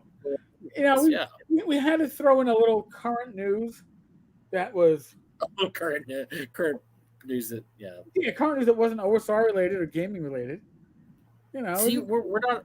We don't just have to talk about new TSR all the time. We can talk about all kinds of stuff. Keep your listeners. But We and don't by the have to way, talk. Mike, since you mentioned it, we don't have to talk about new TSR all the time. Uh, And I'm sure you get this. I know I get this. Can you please stop talking about new TSR? I don't I want. get it I just all block them. all the time. Yes. Because here's the thing: the moment that you stopped, you meaning you and I and others, stopped keeping TSR in focus, people forget. And then 6 months from now, it's gonna be like, hey, we need money for our museum's basement. We need to install, Uh-huh. I don't know, a new wishing well in our basement, and we need to raise $50,000, which would happen to pay off my tax bill, just in case you didn't know. Could you please donate 50,000? And they'll get. Listen, nearly $6,000 is raised by an Indiegogo that was about fighting what? I mean, really, it was raising money for us to fight a lawsuit against Wizards of the Coast who are filing against you for trademark infringement. Why would anybody care about defending you for your own impropriety? So if we don't keep the focus on, then oh, by the way, Matt, thank you. You just derailed my thought. This is the Lamentations of the Flame Princess module. Oh my! It is, you know. Menage a Troi's gone bad. The carnival. So if you don't know what James and I are going on about, go to YouTube, look up Blazing Saddles fight scene or cafeteria fight scene because it's one of my favorite moments in movie history. I probably watched that scene 1,000 times. I can't repeat 95% of it because it's absolutely not necessary. But let's just say that Slim Pickens walks up to Dom DeLuise and go, "I don't work for you. I work for Mel Brooks." And Dom goes, "Not in the face, not in the face." Punches in the stomach. Goes, "Thank you." And then all the gay dancers go, "Come on, girls, let's get them." And then that's it. That's it. So it becomes a brawl. It becomes a huge brawl after that with lots of really over the top, not politically correct stuff that happens. So, but here's the thing, it's a great thing. That's a movie that is timeless. All right, I can show my niece that movie; she'll laugh her ass off. Yet you could never make that movie these days. I think I've told this story before about the time that. So back in college, you had movie nights on Fridays. There were mostly people in the dorm. They'd go watch a movie. And I had a really good friend. She was there. We went through high school together. We never dated, but just a really great friend. And so I was there one night. I go, "Hey, let's go. What's the movie tonight?" "Blazing Saddles." I love Blazing Saddles. Let's go see this. And so we go into the auditorium, and there's some black people there. And so if you haven't seen the movie, the N word is used a lot. And so we're sheriff is oh boy. Yeah. And we're like, and so we're nervous because, we're like, oh dear, this is there. Oh my gosh. And so we're just, we're sweating. We're sweating. The POC are not sweating because they don't know what's coming. And we're just like, oh boy. What's sitting in the back? They laughed so hard. They were on the floor. The people we were worried were just going to be upset about this. They were laughing so hard.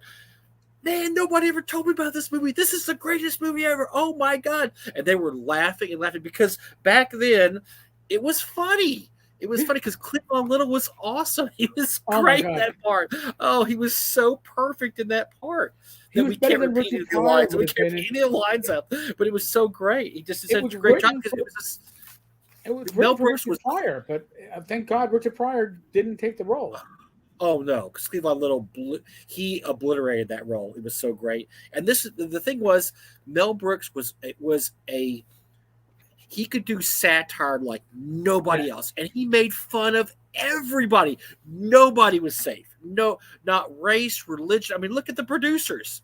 I mean, Springtime. Could you make time for Hitler? He made about 2 Jewish guys who make a play about Hitler to lose money, and it ends up making money. So they're screwed. I mean, you couldn't even do that. There's no way that wouldn't even make it out of talking about it at a bar. You'd be like, no. Don't talk about that. You can't do So that. Mel Brooks was great. His stuff. I mean, he didn't care. And the thing is, if you know about the history of Mel Brooks, about him too, and his wife, the guy was he was an awesome dude, man. And he just, he didn't care. I mean, he was married. For those who don't know, he was married to Anne Bancroft, and they were, kind of a really good power couple team. But and everybody would always ask her, because Anne Bancroft was this really, sophisticated, beautiful lady, and Mel Brooks was Mel Brooks. Yeah. And people would always ask her, why are you with this guy? He's like, because he makes me laugh. He's so funny all the time. He's just so funny. And so, that always gave me hope for the Mel Brooks looking guys out there to get a hot, hot Hollywood actress. There you go. Well, I survived on my sense of humor, honestly. That's what got me where I am. Matt has a good question. Get us back on track, I guess. Okay. I'm surprised you haven't been threatened with legal action over the remarkable phone call with Ernie. Here's a little background on this, okay? First off, Scott, like myself, is retired law enforcement. Scott is the one that recorded the phone call. Scott is in a single consent state now and when he recorded the phone call. It is, when it comes to recording a phone call, it is not where each party is. It's who's making the recording. Then that's the person that falls under the law. So in this case, Scott can record it. Scott can share it. Also, Scott's there giving context to the recording with me. So he's not just giving it to me. He's showing that he made the recording. He's giving permission to play it. I've also heard what about federal law? The whole thing where shock jocks couldn't call people up with these fake phone calls. That is certainly true. That is an issue, not for us, because that affects FCC licensed entities, radio and TV. We are not terrestrial radio. We are not TV. It doesn't fall on that. Now, that being said, there's certain stuff in this phone call, which we haven't played it all yet. There's certain stuff that will never get aired. I've had people ask me, can I have the phone call in full? No. Because there's some information, because Ernie is a blabbermouth, that is personal information about others that we are not going to put out there. That's a sense of responsibility to the community at large and to the individuals in question. And to Ernie himself. I don't think Ernie would want this to get out there, but him blabbering about people. So, but that's there's been no threat of legal action, because you have people involved in this that know where the lines are. And we made very sure before we went forward with this where the lines are. And that's also the reason why it takes us nearly half an hour to maybe go over 8 minutes of the phone call, because we're not just playing it back and we're commenting on it. You're getting a lot of Scott's personal feelings and information and background to what's going on. You're getting context. So it isn't just, here's a 15-minute phone call with Ernie. Even though that would be legal, it would be immoral, in my opinion, because there would be no context. We need context. So. By the way, we might as well let's pour one out tonight for our buddy Chad Revenge too. Oh shit! Yes. Gotta pour one out. Chad, we hardly knew you. Yeah. We didn't. We didn't. Sorry, bro. Yeah, we didn't know you.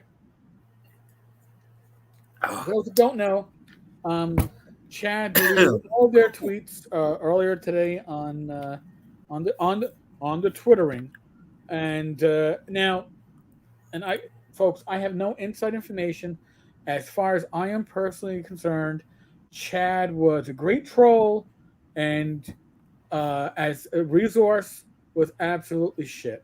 Promised stuff never gave us anything. Promised a lot though. Promised a lot, but never gave us anything. So earlier, I guess over the weekend, Chad teased that they came into possession of a huge information dump of screenshots and legal paperwork and all this other stuff. And now all of a sudden, Chad's gone. I have no inside information. I've never spoken with Chad. I don't know what information they could have. However, I'm going to hypothesize. It is possible that Chad came over information that Chad looked at and went, "Oh shit, this is something I have to give to proper authorities."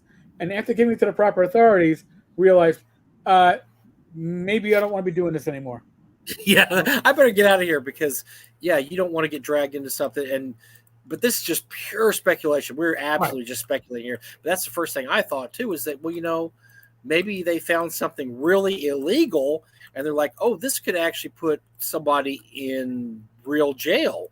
So let me just forward this along, and I'm just going to kind of step back from again, back folks, to the shadows. We don't know. This is pure spitballing. This isn't even making an assumption. It's just hypothesizing. No, this is absolutely based upon minimum information. Just trying to figure this out.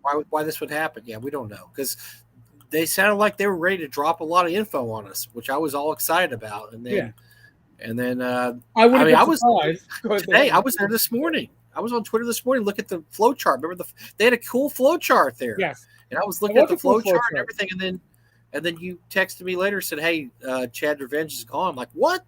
What the hell?" And so, yeah, that was kind of sad because they were entertaining. Yeah, we had them.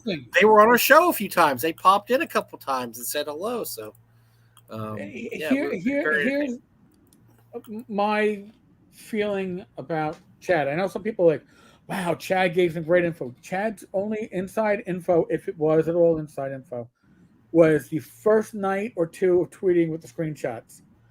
After that, Chad did a lot of poking the bear with stuff that you might not think was public information, but I knew about from sources of mine that were generally public.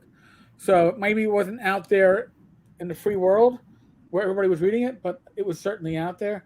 So there wasn't really all that much that Chad was doing other than tweaking Justin. And honestly, when I think of tweaking Justin, I think of Twitch from South Park. It's just like the guy goes like, beep, it doesn't take much to tweak. Right. So, but interesting that Chad. Now, this isn't the first time that Chad disappeared. Remember, early on, Chad. Yeah, that's right. Chad did the. But they didn't. Did they take their channel down the first time though? I don't think they did. Did they? They just stopped posting. I can't remember. They took stuff down. Oh, okay. So now, like, I think the Chad. Let me see. Do I still have it up on my screen here? What does it currently say? Chad. Oh, actually, Chad. Yeah, Chad Revenge just says "see ya." See ya. I guess wouldn't. What did we say as a kid? See ya. Wouldn't want to be ya. So, hold on. I'll put it up. So this is all you get from Chad Revenge. Revenge Chad. Joined February 2022. Left Twitter June 2022. So we hardly knew you, Chad. So sad. We're sad, Chad. We're sad. If you ever want to pop on the show, and well, now we'll get a bunch of fakes popping on. Now we'll get a bunch of people to say they're Chad Revenge popping in the show. So never mind. Yeah, but you can probably say you're that. We don't know. Matt, here, I'm going to give you a teaser for a future installment of the phone call. And I'm not sure if it will be in part 3 or part 4. And yes, that's how many parts they're going to be. Ernie's statement is at one point, and I loved when you hear this, I will probably play it multiple times because I can't believe I heard this. It effectively says, I don't know what to tell you, meaning Scott, that will make me happy. Not what I can tell you that will make you happy. What can I tell you that'll make me happy? That's going to be the mic drop. When we get to that part, it's like, that's it. No more call. We can't beat that one. Right. Robert, listen. The demands on from Wizards of the Coast was not from Wizards of the Coast, as the articles are saying. from the employees. Employees Yeah. demand We may everything. talk about that if it gets bigger than it is, but that's not. But But if it gets bigger than it is, it's going to be getting bigger because they're going to try to unionize. That's all that is. Yeah. That We'll talk is about a that when they move try to toward unionize, unionization. Yeah. All right. Paizo broke the line on that one. Yeah, we're not. Yeah, we'll talk about that when we get more information on it. We don't like to. I mean, we like to half-ass talk about shit, but we like to make sure there's a little more information before we half-ass talk about it. You know. So yeah. Well, we like to full-ass talk about it. Right. Apparently, the amateur that was a fake thing because Hasbro offered healthcare support to all employees. So then you go. There you go. Yeah. So we'll see Enworld what happens. you know what? Enworld has a thread on that. Enworld wasn't the quickest to have a thread on Satine, but again, here's the thing, folks.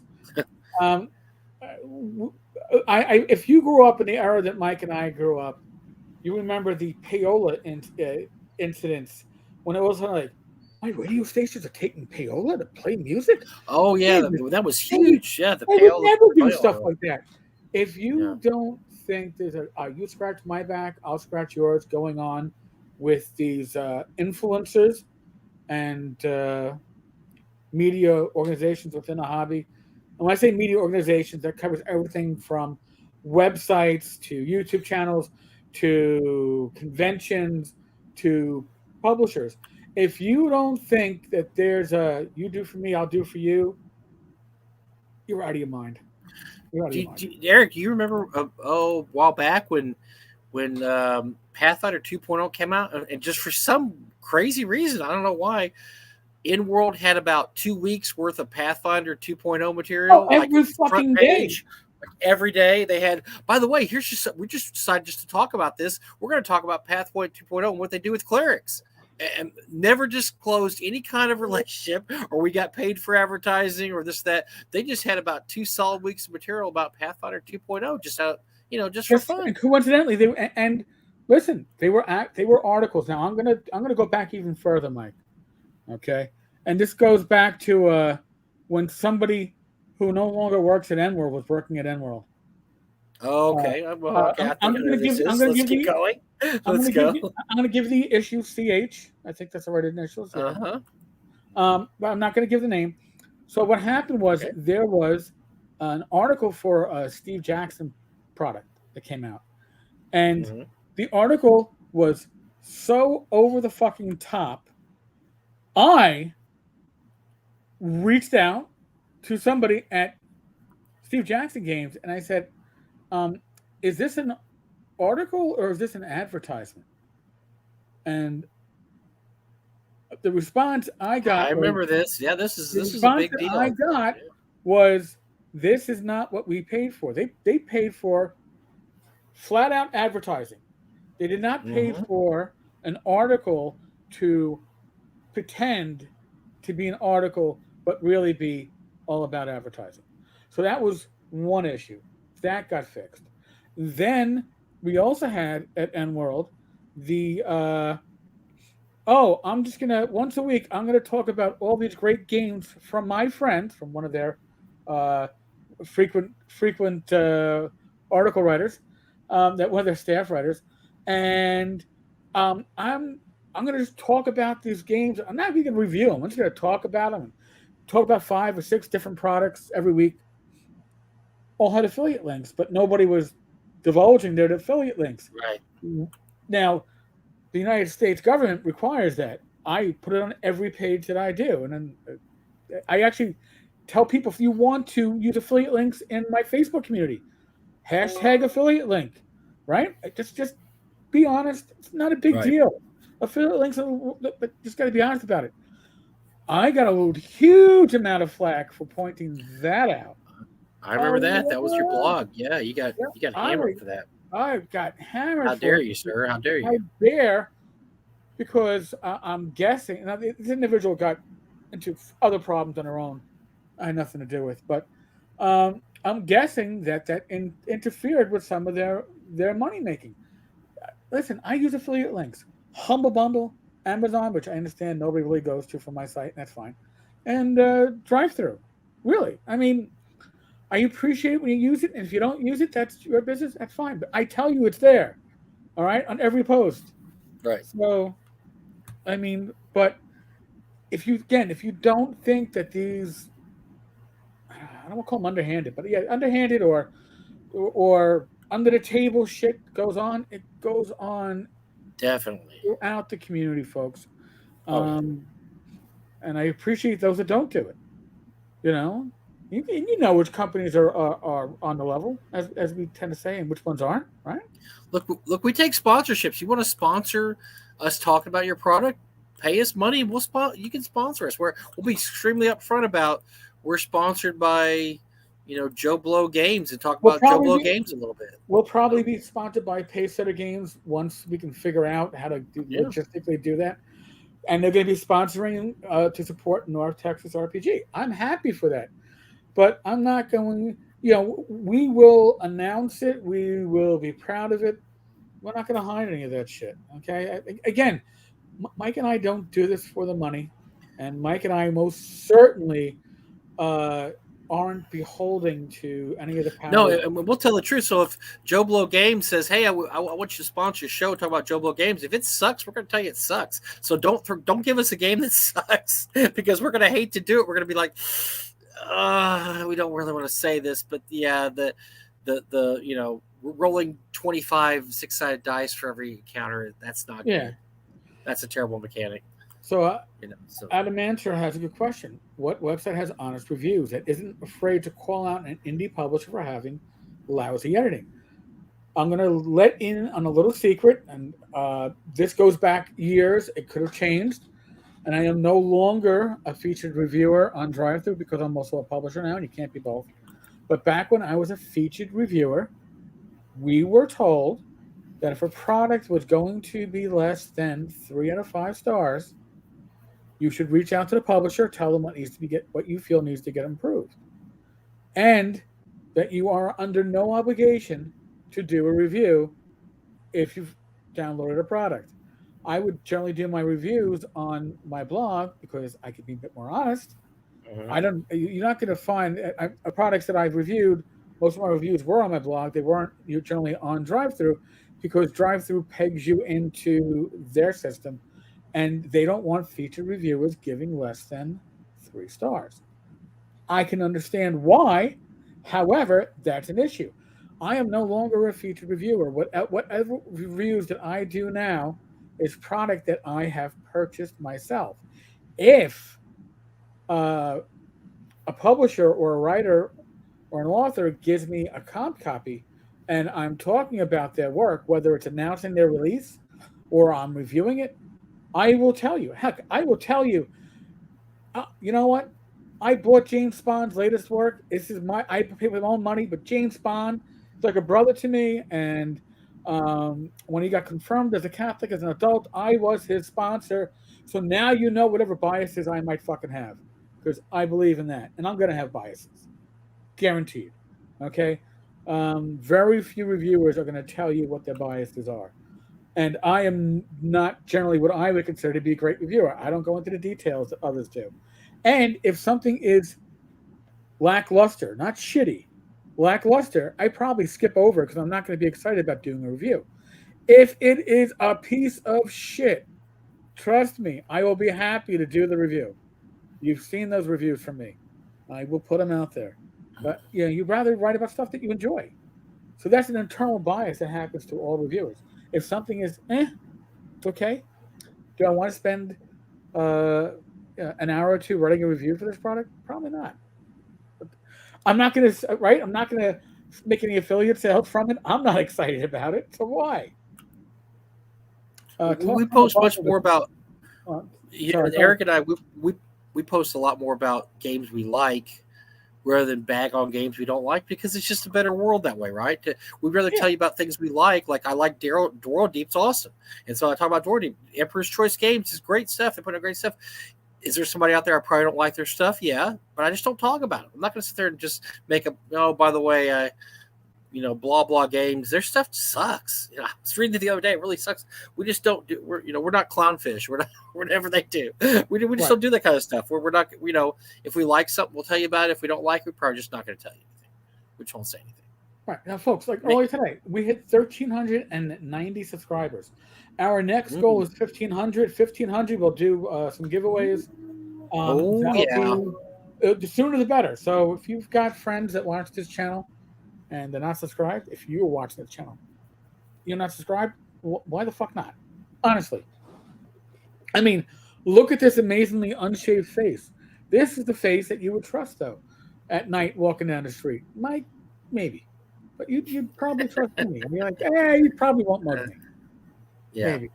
10-car million shirts, you know what? That is not as funny as you think it is, because I am trying to find somebody who can do a graphic on that. But, and I would like to put it up as cost. So, or if we make any profits off it, put it toward North Texas. But I should let you know who did our 10-car. We had some tankards for North Texas 10 years ago that came out beautifully. Really? And I think you could sell those kind. They're wooden with the steel. Oh, they're just gorgeous. I don't know how much they cost a piece, but boy, I guarantee you, one of those would sell like crazy. All right, so hey, we got some ideas, folks. Honestly, we went over time tonight. We went way over. Yeah, yammering. Any of the stuff that we were able to actually tamp down, it's going to be at damn close to cost. I'm not looking to. It might cost a little bit up initially just to get back the cost of the artwork or design that we have to do, but yeah, we'd love to get some of this stuff out. If it doesn't make dollars, it doesn't make sense. It certainly does make sense, because I got a pension to stay home and do this shit. Okay, I'm not hurting. All right, so and we make a few coppers every video. It helps. That's right. You don't want to be a source of negativity, but if publishers aren't made aware that their products are falling short, how else are we going to find them? Again, if it's lackluster, I'm probably not going to waste time. If it is a piece of shit, I will find it. Especially when it comes to like Kickstarters that are obviously shitty, I will tear into them.